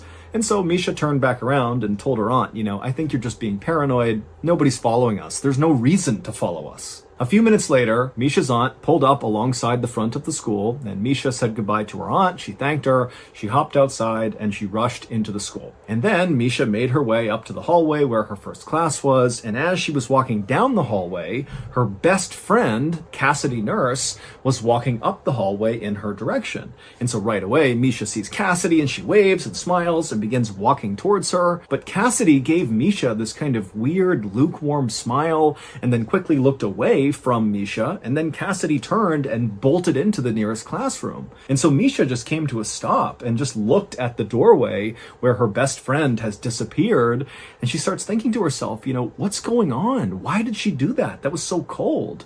And then Misha began to think about the fact that actually, over the past couple of days, Cassidy had been acting really strange. It was like she was trying to avoid Misha, but Misha had no idea why. It wasn't like they were fighting. Normally, Misha and Cassidy were totally inseparable. They had met earlier that school year, and even though they were actually kind of far apart in age, Cassidy was in 8th grade and Misha was in 12th grade, it was like it didn't matter. It was like right away when they met each other, they had this special bond where they just had to be around each other all the time. They shared everything with each other. And certainly anytime they saw each other in the hallway, they would stop to chat or even go into a nearby bathroom and do each other's hair and makeup and share any gossip they had recently heard. So for Cassidy to act like this was just totally uncharacteristic, and it really upset Misha. But just then the bell rang in the school, so Misha knew at this point she was now late for her class, and so she had to forget about whatever was going on with Cassidy, and Misha just hustled down the hallway and went into her classroom. And so Misha, she takes her seat at her desk, she puts her stuff down, and she's getting ready to listen to the teacher, when suddenly the principal comes in without even knocking, and without even saying anything to Misha's teacher, the principal walks right up to Misha and says, "I need you to come with me." And right away, Misha's classmates, all who saw this, they begin oohing and awing as if Misha is in huge trouble. But Misha's thinking to herself, I didn't do anything. Like, I have no idea what this is about. And so she kind of smiled like it was no big deal. She picked up her stuff and she followed the principal out into the hallway. But as Misha followed the principal down the hallway towards the principal's office, Misha's smile faded and she began to wonder, what is this about? What's going on? And then finally, they got to the principal's office. The principal opened up the door. Misha went in first, and the principal trailed behind her and shut the door behind them.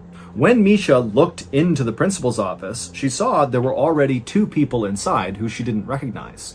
It was two women who were very serious looking, who were sitting on the side of the room. And as soon as Misha walked in, the two women, without introducing themselves, just told Misha to come over and take a seat next to them. And Misha, instead of doing that, just paused and looked at the women and said, "What's going on?" And at this, the two women kind of looked at each other, and then one of the women piped up and said, "Misha, we're here because the police sent us. And they sent us because of a photo that you and your very close friend Cassidy took." But before Misha could ask any questions like, what photo are you talking about and really what's going on here, these two women would explain the whole situation to Misha. And basically what they did is they told her this long, very convoluted story that involved Misha, it involved Cassidy, it involved this photo. And by the end of this story, this explainer story, Misha had taken a seat and put her hand over her mouth in utter disbelief. And then when the women were done explaining everything, Misha had a million questions, but it was like she was so overwhelmed with what she was just told that she just continued to sit there with her hand over her mouth, totally silent. And then finally, Misha did break the silence by saying, "Can I please just call my parents?" And at this, the social workers said, "No, you can't. And in fact, the police are already at your parents' house. They're talking to your parents right now. And so you can't talk to them and you can't even go home. In fact, you have to come with us for tonight." And then the two women got up and they made their way out of the principal's office and they said, "Come on, Misha, you have to come with us." And so Misha stood up and she's totally flabbergasted. She really is like, how is this real life? And the principal at this point walked over and gave Misha a hug. And it was like suddenly the floodgates opened and Misha just began sobbing hysterically. And as she did, the social workers just stood there waiting patiently. And then as soon as it seemed like Misha was done crying, they said, "Come on, you really need to come with us." And so Misha, she let go of the principal and she followed the two women out of the school out to one of their cars. And once they got in the car, the two women explained to Misha that they were going to take her to a safe house for the night. But before they went to the safe house, they would need to make a quick pit stop at a local medical clinic. And so Misha, who at this point is not even asking questions, just said, okay.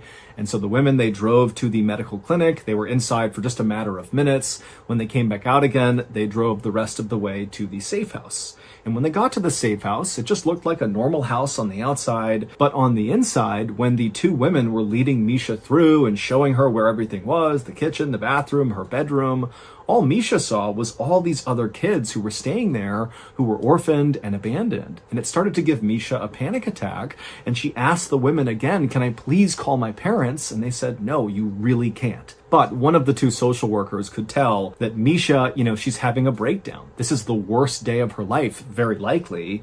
And so one of the two women actually offered to Misha to come home with her and stay at her house instead of the safe house. And Misha agreed. And so that social worker and Misha, they would leave together, they would get into that woman's car, and they would drive to her house. And then the social worker told Misha that unfortunately now it was just a waiting game. They needed to wait for the police to get back in touch with them with more information. That night, as Misha lay in this woman's guest bedroom, looking up at the ceiling, wondering how the heck this had become her life, she began to think about the photo that her and Cassidy had took that had kind of started this whole horrible thing. And so Misha began to think about the day they took this picture, and all she remembered was that she and Cassidy were just kind of goofing around and smiling and making funny faces and just taking photos as they went. She certainly didn't think that one of those pictures they took would totally change her life. The following morning, when Misha woke up, the social worker brought her to their office, the social worker's office, and there they met with the other woman who had first met Misha in the principal's office, and the three of them just sat in the office, not talking much, eating chicken wings and other snacks, just literally waiting for police to call them. And finally, they would call. And when they did, one of the social workers answered the phone, and as she listened to what she was being told, she began to frown, and by the time she hung up, she was crying. The news from the police was the news Misha had been afraid of ever since sitting in the principal's office the day before and hearing this whole crazy story about her and Cassidy and this photo. The special pit stop that Misha and the social workers made at the medical clinic the day before on the way to the safe house was so that Misha could get a DNA test. And now the police were calling back with the results of the test. And what the results showed was Misha Solomon was not actually Misha Solomon. Her real name was Zephany Nurse. 17 years earlier, Zephany Nurse had been stolen out of her crib at the hospital in Cape Town, and despite a massive manhunt for her, she was never found. And so this was a huge, famous case in Cape Town, and most people assumed it would never be solved. But Misha's DNA had done just that. It proved that Misha's parents, who had loved her and raised her since she was a baby, were not actually her parents. Her mother, Lavana, was actually her kidnapper, and now she was under arrest. But even though this revelation was incredibly shocking and upsetting for Misha, it was not nearly as shocking as learning the identity of her real biological parents. The social workers took Misha from their office to the police station, where they told Misha her real biological parents were waiting to meet her. And so once they went inside the police station, Misha gripped onto the social worker's arm tightly. She was incredibly nervous, and she was led down a hallway to a door that was shut. And then finally, when Misha was ready, she pushed the door open, and her real parents, who were sitting right in front of her, they stood up and they ran towards her crying. But Misha just stood there, stunned and silent, staring at them. Because these people, they were not strangers to her. She knew them extremely well. They were the parents of her best friend in the world, Cassidy Nurse, which meant Misha, aka Zephany Nurse, was Cassidy's sister. Months earlier, when Misha and Cassidy first met each other, the reason they hit it off so quickly and the reason they had similar senses of humor and liked the same things and looked so dramatically similar is because they were literally sisters. They just didn't know it. And then one day they took a series of selfie photos of themselves, and Cassidy, she would go home and show one of those photos to her parents and say, "Hey, look, my best friend, Misha Solomon, look how similar we look." And when Cassidy's parents looked at Misha Solomon, they instinctively knew, that is our daughter. That is Zephany Nurse. And so they would bring this photo to the police, and the police would begin to investigate. And during this investigation, they began trailing Misha. So when Misha's aunt told Misha that she thought a white car was following her, she wasn't just being paranoid. Those were investigators following Misha around, trying to get a feel for her schedule, because they needed to approach her when she was alone in order to get a DNA sample. They were worried if they contacted Misha and tipped off what they were doing, she would tell her parents, who were actually her kidnappers, and then potentially they might take Misha and run away. And so they couldn't risk that. They had to basically follow her around and wait for an opening to get this DNA test done. And so this was also the reason why Cassidy was acting so strangely towards Misha in the few days before the truth was revealed. It's because Cassidy knew about this investigation, and the police told her, you can't tip Misha off. She will tell her parents, her kidnappers, and they might abscond with her. And so Cassidy basically felt awkward and kind of just hid from Misha for a couple of days. The woman that Misha had grown up with and called her mom for her whole life, Lavana Solomon, was ultimately convicted of kidnapping and sentenced to 10 years in prison. There has never been any evidence to suggest that Lavana's husband, so Misha's dad for her whole life, actually knew that the baby had been kidnapped because 17 years earlier, Levana had been pregnant with their child. But it's believed she miscarried, and Levana did not share that with her husband.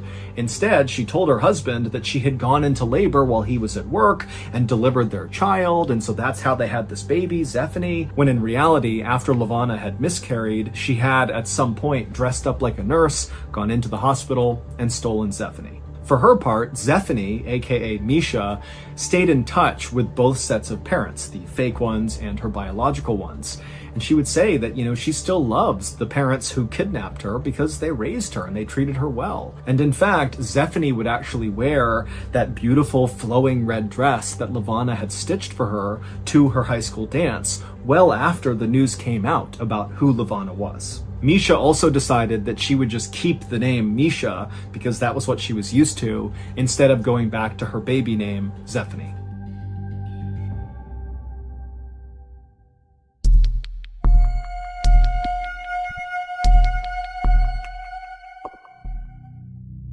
There is still some debate about what exactly happened in this story that I'm about to share with you.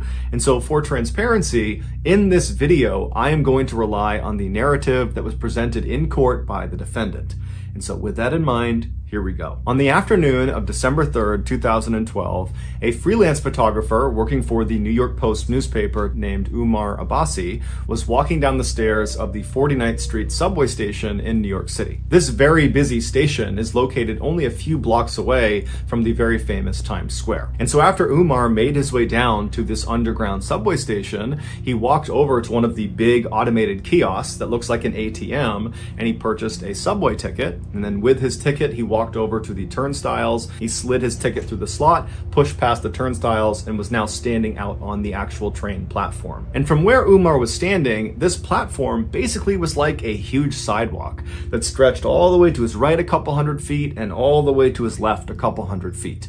And in front of this platform were the actual tracks down below, because the train, when it came out of the tunnel, it would actually come right up alongside this platform with almost no clearance between the platform and the train. As such, the leading edge of the platform, basically the lip of the train platform that's closest to the train tracks, has this big yellow line painted all across it to keep commuters from standing too close to the edge, because if a train came through, they could actually get hit by the train. And so as Umar is standing on this platform and he's looking left and right, it's totally crowded with people, and they're all kind of tucked back against the wall away from this yellow line. And so Umar decides he's going to turn right and wait at the right end of the platform, just because he saw down at the far end there appeared to be a gap in people, and he figured he could stand right there. And so Umar begins navigating past all of these people on the right side of the platform, and for the most part, everyone he is passing either has their head buried in their phone, or they're listening to music, or both. Because the thing about riding trains, especially trains in busy cities, is none of the commuters want to talk to anybody else. They want to be completely left alone. And so as Umar is walking, everyone was basically doing that. But at some point, he did pass two people that were engaged in a pretty heated conversation. Umar had no idea what they were arguing about, or if they were even arguing at all. He didn't know who these people were, but he took mental note of the fact that two men were kind of bickering with each other. And so he walked past them, didn't give it much of a second thought, and he arrived at a gap in the gaggle of people waiting for the train. And there he just stood well back of the yellow line, where he pulled out his camera and began clicking through the images he had taken earlier in the day at an earlier photo shoot. And so as he's clicking through these pictures, he starts to notice that those two men who had been bickering before are now straight up yelling at each other. They're screaming obscenities at each other. It's not clear who's fighting about what or who was the aggressor, but it's very obvious that at this point they're fighting. And so Umar looked away from his camera and looked left down the platform towards these two guys. And so these two guys are about 100 to 125 feet away from him. And all the people that were standing in the vicinity of these two men are beginning to migrate away from them. They just don't want anything to do with them. Because the thing about being in subways, especially in cities like New York, is there's lots of people that go down into these train stations that are inebriated or mentally unstable. And so very strange and bad bad behavior is just kind of a normal thing, and people tend to just kind of ignore it. And so that's what's happening. People are kind of walking away from these two fighting men, doing their best to pretend it's not happening. And so Umar spent a couple more seconds staring down the platform at these two men, but eventually just shrugged and thought, you know what, whatever problems they have, they're not mine. And so Umar went back to his camera and continued to click through his pictures when all of a sudden he hears a scream coming from the left side of the platform. But it was not a scream that sounded like it came from either of these two men. And so Umar looked up from his camera and looked left down the platform, and now he just sees chaos. It's people running away from these two men. People are running to get away from whatever is happening around them. And so Umar's thinking these men must have come to blows and they're now fighting actively, physically with each other. But when finally the crowd kind of cleared for a second, he saw a woman pointing down at the train tracks right in front of where those two men had been standing. And so Umar looks at the woman and he follows her finger down onto the tracks, and he sees there is now a man, one of the two men who had been fighting, laying face down on the train tracks. And then, to Umar's horror,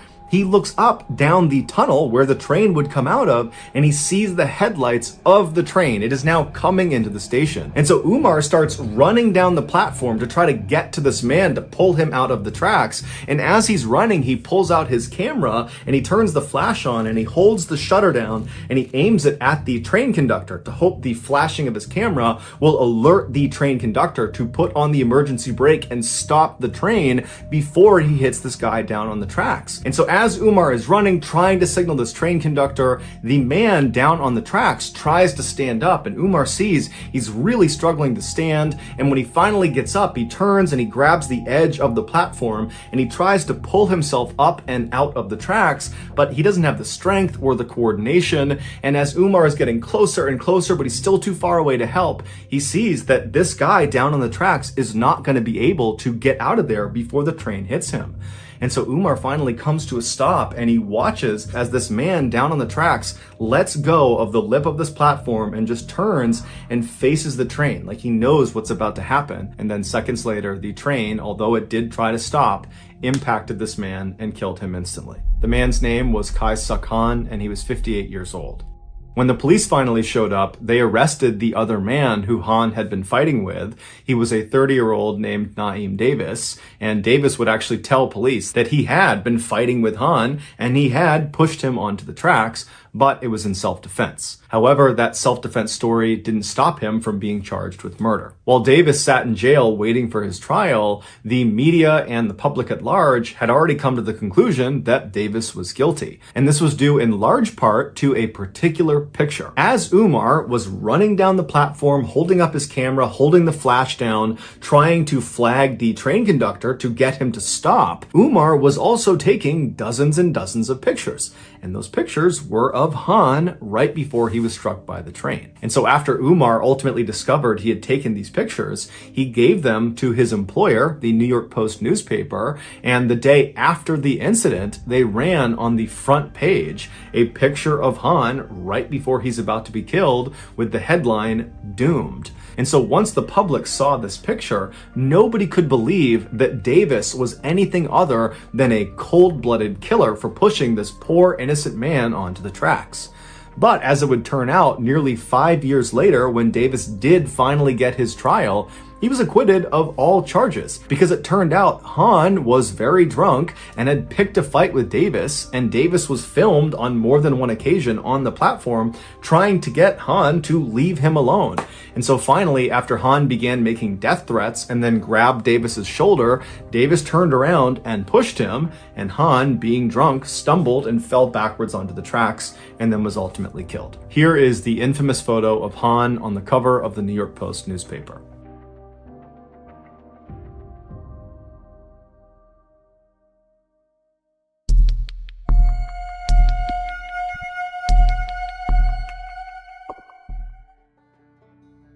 On January 30th, 1925, a 37-year-old man named Floyd Collins walked through this huge forest in central Kentucky inside of a national park. As he walked along, his boots splashed in the melting snow and mud on the ground, and above him, all he heard was the sound of water dripping down amongst the leaves. It was warmer than it had been in several days, and so that was why Floyd was out here. He was trying to take advantage of the nice weather. And so after walking for a while on this muddy, slushy trail, the trees around Floyd began to thin out, and then eventually he reached the edge of the tree line, and in front of him was this huge clearing. Now, in this clearing, the trail he was on continued straight ahead, but it came to a stop in front of this huge cavern-like opening in the side of a hill. And so without hesitation, Floyd stepped out of the trees into the sunlight, and he walked the rest of the trail right up to the opening of this cavern, and he stopped and just stared and smiled. This cavern-like space on the side of this hill was the entrance to a cave known as Sand Cave. And Floyd had spent the last week coming out to Sand Cave and exploring the different tunnels, but today his plan was to go as deep and as far inside of this cave as he possibly could. Caves were a huge tourist attraction in this region, and Floyd was a very experienced caver who had been caving since he was 6 years old, and he knew that most of Sand Cave had not been explored. And so if he could go in there and explore all the different parts of the cave and map it all out and make sure it was safe, it was sure to be a huge moneymaker. He could bring people here and lead them on guided tours. So Floyd left the muddy path he had been walking on and stepped foot inside of this grand entrance to Sand Cave. It's basically this 250-foot wide cathedral-like space inside of this hill with ceilings high enough you could stand, but it's totally dark in there. And despite being this big open space, it very quickly funnels to this one kind of tunnel that goes straight down and connects to all these offshoot underground passageways, many of which have never been explored before. And so, as Floyd walked across this big open entryway, he lit his oil lamp and then began mentally preparing himself for what he was about to do, which was going to be very claustrophobia-inducing, even for a very experienced caver. And so Floyd reached the back of this huge entryway, and he reached this tunnel that would connect to the rest of the cave, and he began walking down it. And this tunnel was not very restricting. You could stand in it, you could move around in it, but it was very short. It was 15 feet straight down at an angle, where at the bottom of those 15 feet was a square hole in the ground. And Floyd, having been here the previous week, knew that once you go through this hole, the real caving begins. Now you're going to be down on your hands and knees, wriggling your way through these very tight and restricting areas where you don't really know where you're going, because again, a lot of this stuff has never been explored before. But this is why Floyd loved caving. He loved the adventure and the risk of doing things like this. And so Floyd got to this hole, he put his oil lamp down on the ground, he casually lowered himself feet first into this hole, which dropped down several feet, and then once he was on firm ground, he reached up, grabbed his oil lamp, and pulled it into the hole with him. Once he was inside of this lower level space, he crouched down and looked around, and off to his right was a tunnel that he could crawl through that seemed to lead to a series of other tunnels. And so he puts his lamp in front of him, he gets down, and he begins crawling through this tunnel. And after a little while, he reaches this kind of fork in the road where he had several options of very narrow tunnels to choose from. Now, the previous week, Floyd had gone down several of these tunnels and mapped out where they went, but there was one tunnel in particular at this fork that was very narrow. It was likely the most narrow of all the tunnels, but from where he had seen the last week, it looked like it went pretty far without obstruction. And so he immediately began going head first into this tunnel where he had no idea where it was going to go. Think about that. If you go head first into a tunnel and you get stuck, what are you going to do? You can't really go anywhere. So this guy is like totally fearless, just going head first into what most people would consider a nightmare scenario.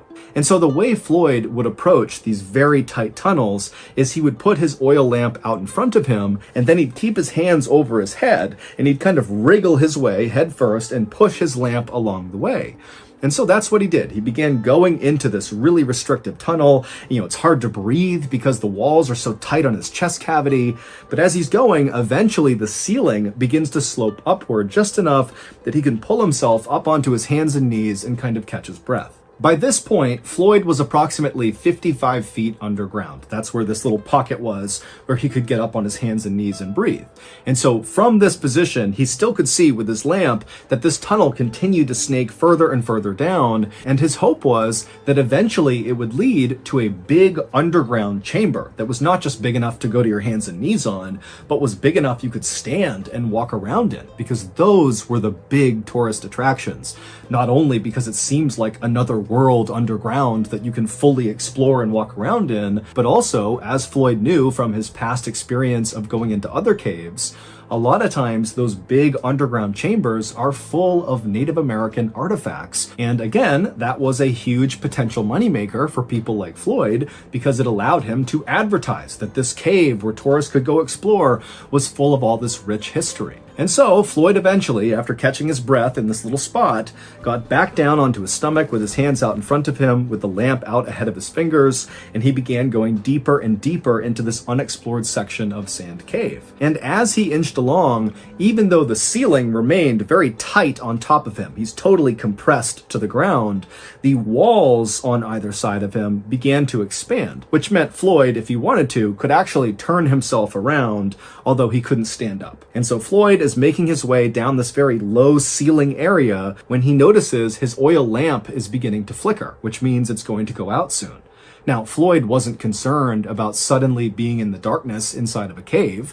Now, to most people, that would be terrifying, but Floyd, again, was so experienced, he was very confident that he could easily make his way out again just by touch. He didn't need the light. But he did know that trying to move around inside of a cave in the darkness was dangerous, and so he should not do that if he could avoid it. And so as much as Floyd wanted to continue and hopefully find something incredible inside of this cave, he decided he really needed to just turn around and go back to the surface and come back the next day to continue exploring. And so, because this part of the tunnel he was in was really wide, he was able to turn himself around and drag his lamp until he was facing back uphill, and then he rolled onto his back. So his head is pointing back up where he came from, and his feet are pointing in the direction that he had previously been traveling, and he's on his back. And so his oil lamp is above his head. He can move his arms side to side because, again, it's pretty wide in the area he's in, but his head is pretty restricted by the ceiling. And he began inching with his heels and pushing with his arms, moving up the tunnel on his back. And as he would move, he'd use his head and his hands to push the oil lamp back up the direction he was going. And for a little while, this system worked great. But at some point, right as he was getting close to that area where he was able to previously get on his hands and knees and catch his breath, Floyd accidentally kind of rushed and pushed his lamp too hard and knocked it over, which extinguished the light. And so suddenly, Floyd was cast into total darkness. Now, again, Floyd was not concerned or really even scared about being in darkness inside of this cave, but this was not a good scenario and he knew it. But he told himself, stay calm. He knew where he was in the cave. He just needed to get to that little pocket. He'd catch his breath, and then he'd continue his way back up, eventually reach that hole in the ceiling, that square hole. He'd climb out, make his way out of the cave, and boom, he'd be done. And so Floyd just continued to push the now extinguished oil lamp above his head, and he continued to inch with his heels and moved his arms around to keep going backwards up this tunnel. But then, right before Floyd reached that pocket inside of the tunnel where he could get onto his hands and knees, he heard the sound of falling rocks somewhere below him, kind of near his legs. Now, it's pitch black, he can't see anything, and so Floyd just kind of held his breath and hoped that whatever was happening wouldn't affect him. But then he felt a shooting pain in his left leg. A 27-pound rock had broken loose from the low ceiling and landed on his left ankle. Now, at first, Floyd was actually relieved that the rock had landed only on his left leg. And in fact, his leg was actually kind of positioned in a depression on the floor of the cave. And so the rock didn't really hit his left ankle directly. It kind of like hit the ground and then leaned onto his left ankle. And his left ankle was kind of protected in the depression in the cave floor. And so Floyd's thinking, thank goodness it only landed on my ankle and not on my head or my chest, because then I'd be dead. And so, after catching his breath and kind of calming down, Floyd tensed his body and pulled his left leg as hard as he could to clear this 27-pound rock. but his foot wouldn't budge. And so Floyd thought he would just reach down and kind of dig his foot out. He'd just move the rock out of the way. But even though this cave had widened out on either side of Floyd when he had gone deeper and deeper into it, because he had retraced his steps, he was farther up the tunnel where those sides had really come in much closer to him. And so he wasn't able to actually reach down and touch the rock.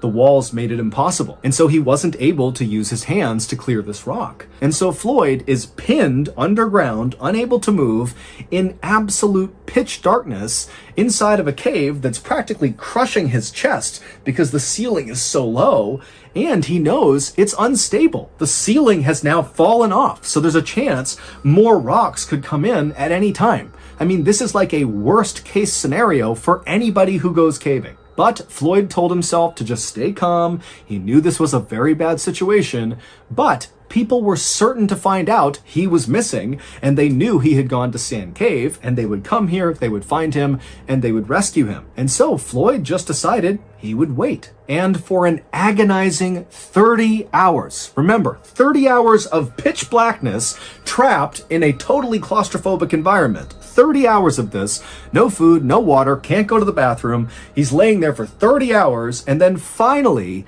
he hears a voice coming from somewhere near the entrance of this cave. And when he heard that voice, it was like the sweetest sound he had ever heard. Because not only did they represent help, but the voice was coming from Floyd's brother, Homer, who was also a very experienced caver.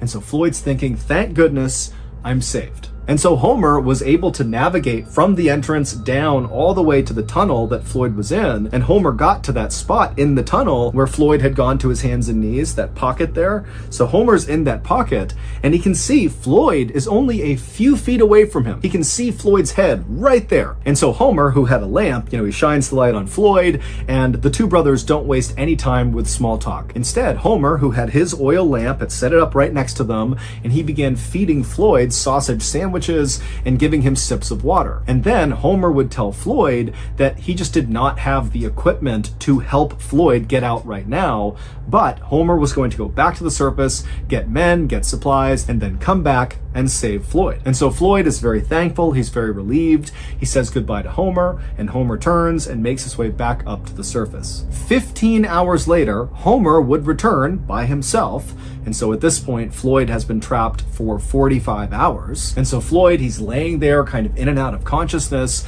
and he hears the sound of Homer calling out to him, and then he hears the sound of Homer chiseling away at some rocks. It would turn out Homer's plan to save Floyd was basically to chisel away the side of this section of tunnel that Floyd was stuck in order to be able to reach down and somehow, some way, clear the rock off of Floyd's leg and then pull Floyd up. Now, Floyd understood, of course, that this plan of chiseling away the side of this tunnel to make it wider was going to take some time, but luckily Homer had shown up with more food and water, and they chatted the whole time as Homer worked, and so Floyd was in good spirits and Homer was very optimistic.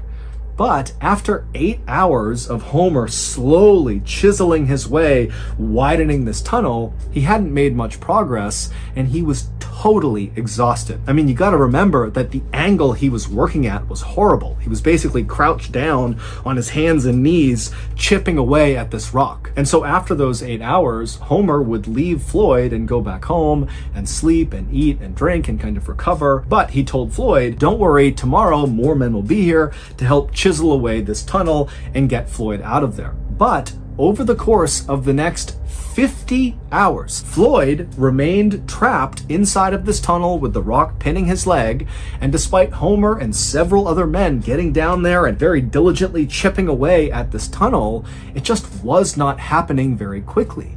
And so over the course of those 50 hours, Floyd began going in and out of consciousness, and he began not being able to differentiate between what was real and what was not. At one point, he would say that he believed the cave had kind of opened up and these angels riding golden chariots with flaming wheels had come in to save him. And as they were lifting him out of the cave, he smelled food and coffee. And then suddenly his hallucination cleared and he realized he was trapped in the darkness all alone, still in this cave. And it was like it destroyed his morale. And so Floyd is really starting to go downhill, and the rescuers are realizing they need to do something, and they need to do something now. But at the 130-hour mark, things got even worse for Floyd. As he was laying there in the tunnel, this was sometime in the middle of the night, and so no rescuers were actively down there trying to chisel their way down to him. He was laying there and he was listening to the sound of the running water somewhere outside the cave, and that sound was kind of amplified down to him. And then all of a sudden he heard the sound of falling rocks somewhere up above, and then when those rocks stopped and it went silent again, he could not hear the sound of the running water. It was very muffled. And that was when he realized that there must have been a cave-in somewhere higher up in the cave, which meant potentially there could be a significant block just to get down to him. Forget about widening this tunnel. I mean, he could be actually entombed inside of Sand Cave. And so Floyd did the only thing he could do, which was to pray. It would turn out that cave-in had indeed blocked the way for rescuers to get down to Floyd. And because of how extensive this cave-in was, the rescuers actually decided to start carving a brand new tunnel that would join up with the side of Floyd's tunnel. I mean, this is an even bigger undertaking than just chiseling the side of the tunnel that Floyd was in, which was their original plan and had taken several days. And so now they have to build this brand new tunnel to Floyd. And so finally, on February 16th, 1925, so a staggering 17 days from the time Floyd got first stuck in this cave, the rescue team finally punched through and reached Floyd. And as soon as they did, the lead rescuer looked over at Floyd, and then he paused, he turned up, and he just said, "Dead." It would turn out shortly after that cave-in, which sealed Floyd in completely inside of Sand Cave, at some point over the next couple of days, those rocks began to break free and tumble down the cave and began striking Floyd until finally one or several of those rocks hit him in the head or chest and killed him. So just imagine you are trapped. You've been there for several days. You're in total darkness. You're entombed inside of this cave. And periodically, rocks just come tumbling down and smash into you. Who knows how long it took to kill him, but that has to be one of the most agonizing ways to go ever. Shortly before that cave-in first happened, a photographer took a picture of Floyd, who at the time believed he was going to get out, and all the rescuers believed they were going to get him out. But shortly after this photo was taken, the cave-in would happen, and at that point, Floyd didn't know it, but he was doomed. Here is that photo. Floyd's body was eventually removed from Sand Cave. However, instead of being buried, because of the interest around this cave rescue that ultimately failed, there was a decision made to actually put Floyd's body on display inside of another cave. Basically, Floyd's body became a tourist attraction. And it would remain a tourist attraction for decades until finally he was removed from that cave and given a proper burial. La sera del 27 marzo 2013, un medico di 45 anni di nome Marcelo Gurachaga frugò in un armadietto delle scorte nella clinica di sua proprietà nel sud-est della Spagna. Prese una flebo, farmaci anestetici e un bisturi. Poi si diresse verso la sala operatoria sulla retro della clinica, dove il suo paziente era già sdraiato sul tavolo. E mentre Marcelo guardava il suo paziente, non poté fare a meno di sentirsi incredibilmente ansioso. Questo sarebbe stato senza dubbio l'intervento più importante e pericoloso che avesse mai eseguito. Infatti questo intervento era illegale e una mossa sbagliata in quel caso avrebbe potuto non solo danneggiare il paziente, ma anche distruggergli la vita. Voglio dire, avrebbe potuto perdere la licenza, avrebbe potuto essere arrestato. Voglio dire, questa era un'operazione ad alto rischio. Ma Marcelo sentiva di non avere scelta perché aveva un grosso problema nella sua vita personale e gli era stato promesso che se avesse eseguito con successo l'operazione, quel problema sarebbe stato risolto. Le sue mani tremavano mentre somministrava la flebo al paziente e poi iniziava a somministrargli gli anestetici. Ben presto il paziente perse i sensi e poi, dopo un respiro profondo, Marcelo prese il bisturi e fece la sua prima incisione. Poco più di una settimana dopo, il 5 aprile 2013, un Marcelo molto spettinato e sconvolto entrò in una stazione di polizia locale con in mano una piccola scatola di cartone. Una volta dentro, disse all'impiegato che doveva parlare con un agente, perché aveva bisogno di una confessione. Un attimo dopo uscì un detective e subito Marcelo iniziò a piangere e raccontò al detective questa storia incredibile. E mentre lo faceva, il detective si sentì davvero male per Marcelo.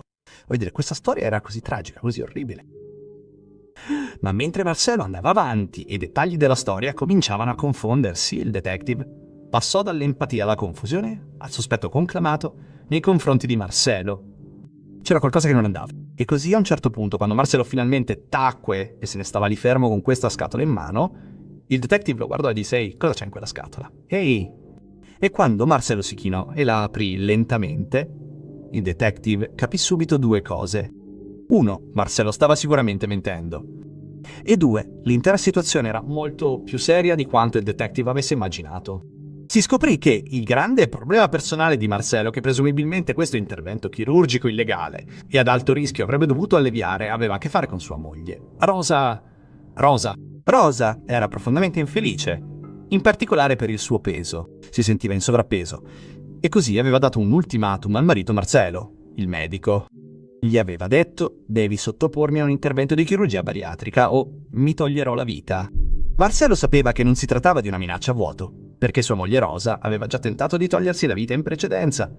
Così, alla fine, Marcelo accettò di sottoporsi a questa operazione illegale. Ma questa operazione era illegale non perché Marcelo non fosse un medico specializzato in diete. No, era illegale perché Marcelo era un veterinario, non un medico umano. Quindi Marcelo non aveva davvero idea di come eseguire questo intervento di chirurgia bariatrica. E così, non appena fece quella prima incisione su sua moglie, l'operazione andò completamente storta e Rosa morì sul tavolo operatorio. Quando ciò accadde, Marcelo andò nel panico e fece immediatamente a pezzi il corpo della moglie, cremandola nel tentativo di nascondere ciò che aveva appena fatto. Tuttavia, nel corso della settimana successiva, Marcelo si sentì così in colpa per ciò che aveva fatto, che alla fine andò dalla polizia e confessò. Tuttavia, all'inizio, durante questa confessione, Marcelo disse al detective che sua moglie era morta perché si era tolta la vita. E quando il detective iniziò a fare domande approfondite su come fosse morta esattamente e quando fosse successo, iniziò a ricevere risposte che non avevano molto senso. E così alla fine chiese a Marcello di mostrargli cosa c'era dentro quella scatola che stava trasportando. Così Marcello la aprì, rivelando le ceneri di Ross. E questo ha fatto capire al detective che Marcello doveva mentire perché stava pensando: aspetta un attimo, se tua moglie si è tolta la vita una settimana fa, perché Marcello l'ha cremata subito e ha nascosto il fatto che era morta da un'intera settimana. Non tornava. Alla fine Marcello sarebbe stato accusato dell'omicidio della moglie. Avrebbe trascorso 4 anni in prigione in attesa del processo. E poi, quando è andato a processo, è stato dichiarato colpevole e condannato ad altri 10 anni di prigione.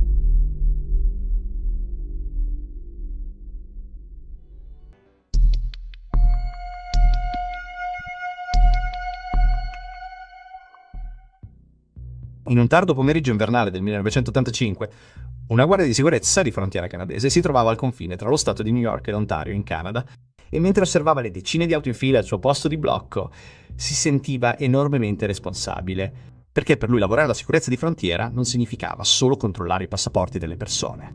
Si trattava anche di assicurarsi che pericolosi criminali provenienti dagli Stati Uniti non fuggissero dal loro paese per entrare in Canada. E quel giorno c'era un particolare pericoloso criminale proveniente dagli Stati Uniti per cui questa guardia era in stato di massima allerta. Un uomo di 30 anni di nome Alex Mangle. Pochi giorni prima, Alex Mangle era stato fermato da un agente di polizia nei pressi di New York City e durante questo controllo stradale Alex in qualche modo aveva preso la pistola dell'agente di polizia e gli aveva sparato alla testa uccidendolo, e poi Alex era fuggito ed era ancora in fuga. E così ora le forze dell'ordine erano preoccupate che, poiché New York distava solo 6 ore dal confine canadese, fosse molto probabile che Alex potesse tentare di fuggire in Canada per sfuggire alle persecuzioni. E così le forze dell'ordine e la sicurezza di frontiera statunitensi e canadesi erano sulle tracce di Alex Mangle. Ed era un uomo bianco di 30 anni con radi capelli castani e una chioma rada. Buff. E così per tutto il giorno quella guardia di sicurezza di frontiera canadese osservava attentamente ogni persona che passava attraverso il suo posto di blocco per vedere se si trattava di Alex Mangle. Vedeva una famiglia in viaggio per andare a trovare dei parenti in Canada, vedeva una coppia in luna di miele, vedeva un uomo con un'auto piena di provviste da campeggio e una donna di mezza età che viaggiava da sola, e tutte queste persone diverse provenienti da tutti i ceti sociali, ma nessuna di loro assomigliava minimamente ad Alex Mangle. E così alla fine del suo turno, dopo aver controllato decine e decine di auto e aver esaminato ogni persona, era certo che Alex Mangle non fosse riuscito a passare il suo posto di blocco. E così timbrò l'orario di uscita e tornò a casa. Pochi giorni dopo, il 2 marzo, un agente di polizia stava pattugliando questo parcheggio appena fuori da un centro commerciale in Ontario, Canada, che si trovava a circa un'ora e mezza dal confine. E durante la sua pattuglia, a un certo punto, notò che c'era un'auto, una Toyota bianca, che era rimasta ferma nella zona per un bel po'. E così decise di andare a vedere cosa stava succedendo. Quando arrivò, guardò dentro il veicolo e vide qualcuno seduto sul sedile del passeggero. Era un uomo bianco, probabilmente sulla trentina, con radi capelli castani e baffi sottili.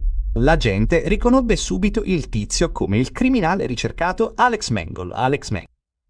Chiamò subito i rinforzi. Parcheggiò la macchina, scese e si avvicinò alla Toyota bianca dove era seduto l'uomo con la pistola in pugno. Mentre l'agente si avvicinava alla portiera del passeggero, l'uomo all'interno si girò, notò l'agente, saltò al posto di guida, accese il motore e la Toyota uscì a tutta velocità dal parcheggio. L'agente risalì sulla sua auto di pattuglia e partì all'inseguimento. In men che non si dica, l'intera polizia di Toronto prese parte a questo inseguimento ad alta velocità per catturare l'uomo. Alla fine spinsero l'auto in una strada senza uscita e la Toyota bianca si schiantò contro un segnale di stop. Poi l'uomo all'interno con i baffi e radi capelli castani sbucò fuori e immediatamente tutti vedono: sì, quello è Alex Mangle. A quel punto non ha posto resistenza. È stato preso in custodia. Tuttavia, nonostante il sollievo delle forze dell'ordine nell'avere in custodia l'assassino di poliziotti, si sono rese conto di non aver capito qualcosa.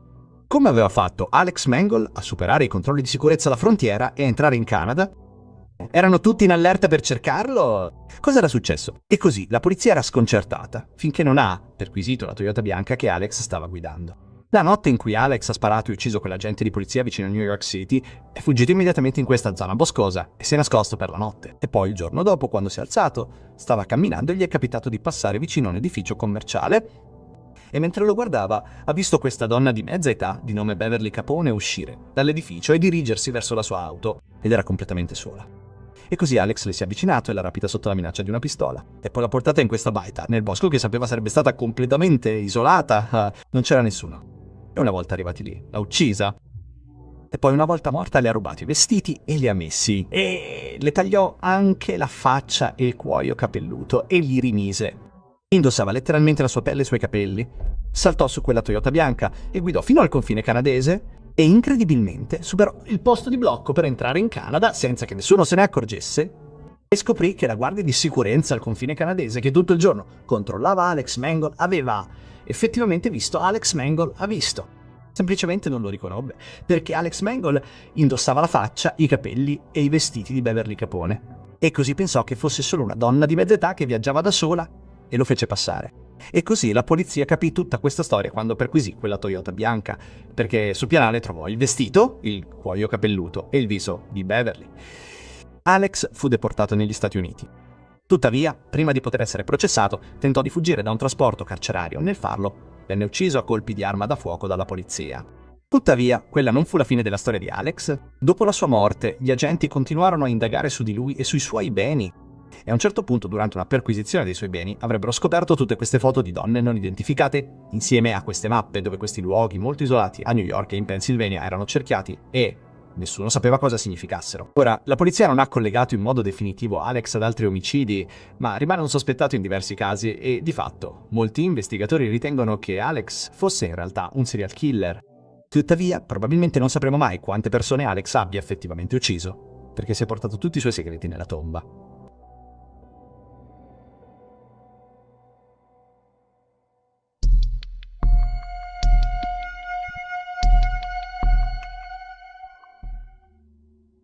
Alle 17 del 12 maggio 2005, uno studente universitario 18enne di nome Simon Hang era seduto nella sua camera da letto nell'appartamento che condivideva con la sorella Sharon a New York City.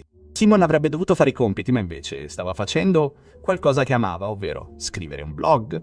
Simon scriveva sul suo blog praticamente ogni singolo giorno e di solito scriveva del suo percorso di automiglioramento che stava intraprendendo. Non perché pensasse che molte persone lo avrebbero letto e ne sarebbero state ispirate, ma perché voleva in un certo senso raccontare il suo percorso in modo che in futuro, quando appunto era la versione migliore di se stesso, poteva guardarsi indietro e in un certo senso vedere quanta strada aveva fatto per vedere i progressi che aveva fatto. Ma quel giorno in particolare Simon non stava scrivendo di automiglioramento, invece stava scrivendo un blog su qualcosa di totalmente insolito per lui. Infatti non aveva mai scritto niente del genere sul suo blog prima di allora. Ma Simon sapeva che fondamentalmente nessuno leggeva il suo blog E quindi non era poi così preoccupato di scrivere qualcosa di così fuori tema. E così, verso le 17:05, quando ebbe finito di scrivere questo strano post sul blog, non ci pensò 2 volte. Premette semplicemente. 5 ore dopo, verso le 22, un detective della polizia di New York, insieme ad altri agenti di polizia e soccorritori, arrivò all'appartamento di Simon e Sharon. Entrarono e andarono direttamente nella camera da letto di Simon. E lì trovarono Simon. Era sdraiato perfettamente immobile a terra. Aveva i piedi legati con del nastro adesivo ed era coperto di ferite da taglio. Si precipitarono da lui per sentirgli il polso, ma molto presto scoprirono che era morto. E poi, prima ancora che potessero elaborare cosa fosse successo, sentirono dei lamenti provenire dall'altra camera da letto dall'altra parte del corridoio.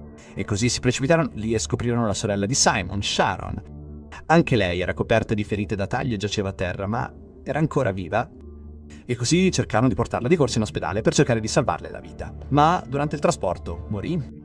E morì anche prima di poter effettivamente raccontare alle autorità cosa era successo a lei e a suo fratello. Per i successivi 3 giorni, gli investigatori non riuscirono a dare un senso agli omicidi di Simon e Sharon. Ma poi un detective scoprì il blog di Simon e trovarono il suo ultimo post. Ed era quel post molto insolito che Simon aveva scritto e che non aveva nulla a che fare con il suo percorso di automiglioramento. E ne si sarebbe scoperto che quell'ultimo post aveva spalancato le porte al caso. Poco prima di essere ucciso, Simon aveva scritto sul suo blog cosa stava realmente accadendo nel suo appartamento, in tempo reale, letteralmente cosa stava vedendo e sentendo. Ecco uno screenshot di quel post sul blog. Dice, citazione, oggi, è stato strano. Alle 3 un tizio ha suonato il campanello. Era l'ex fidanzato di mia sorella.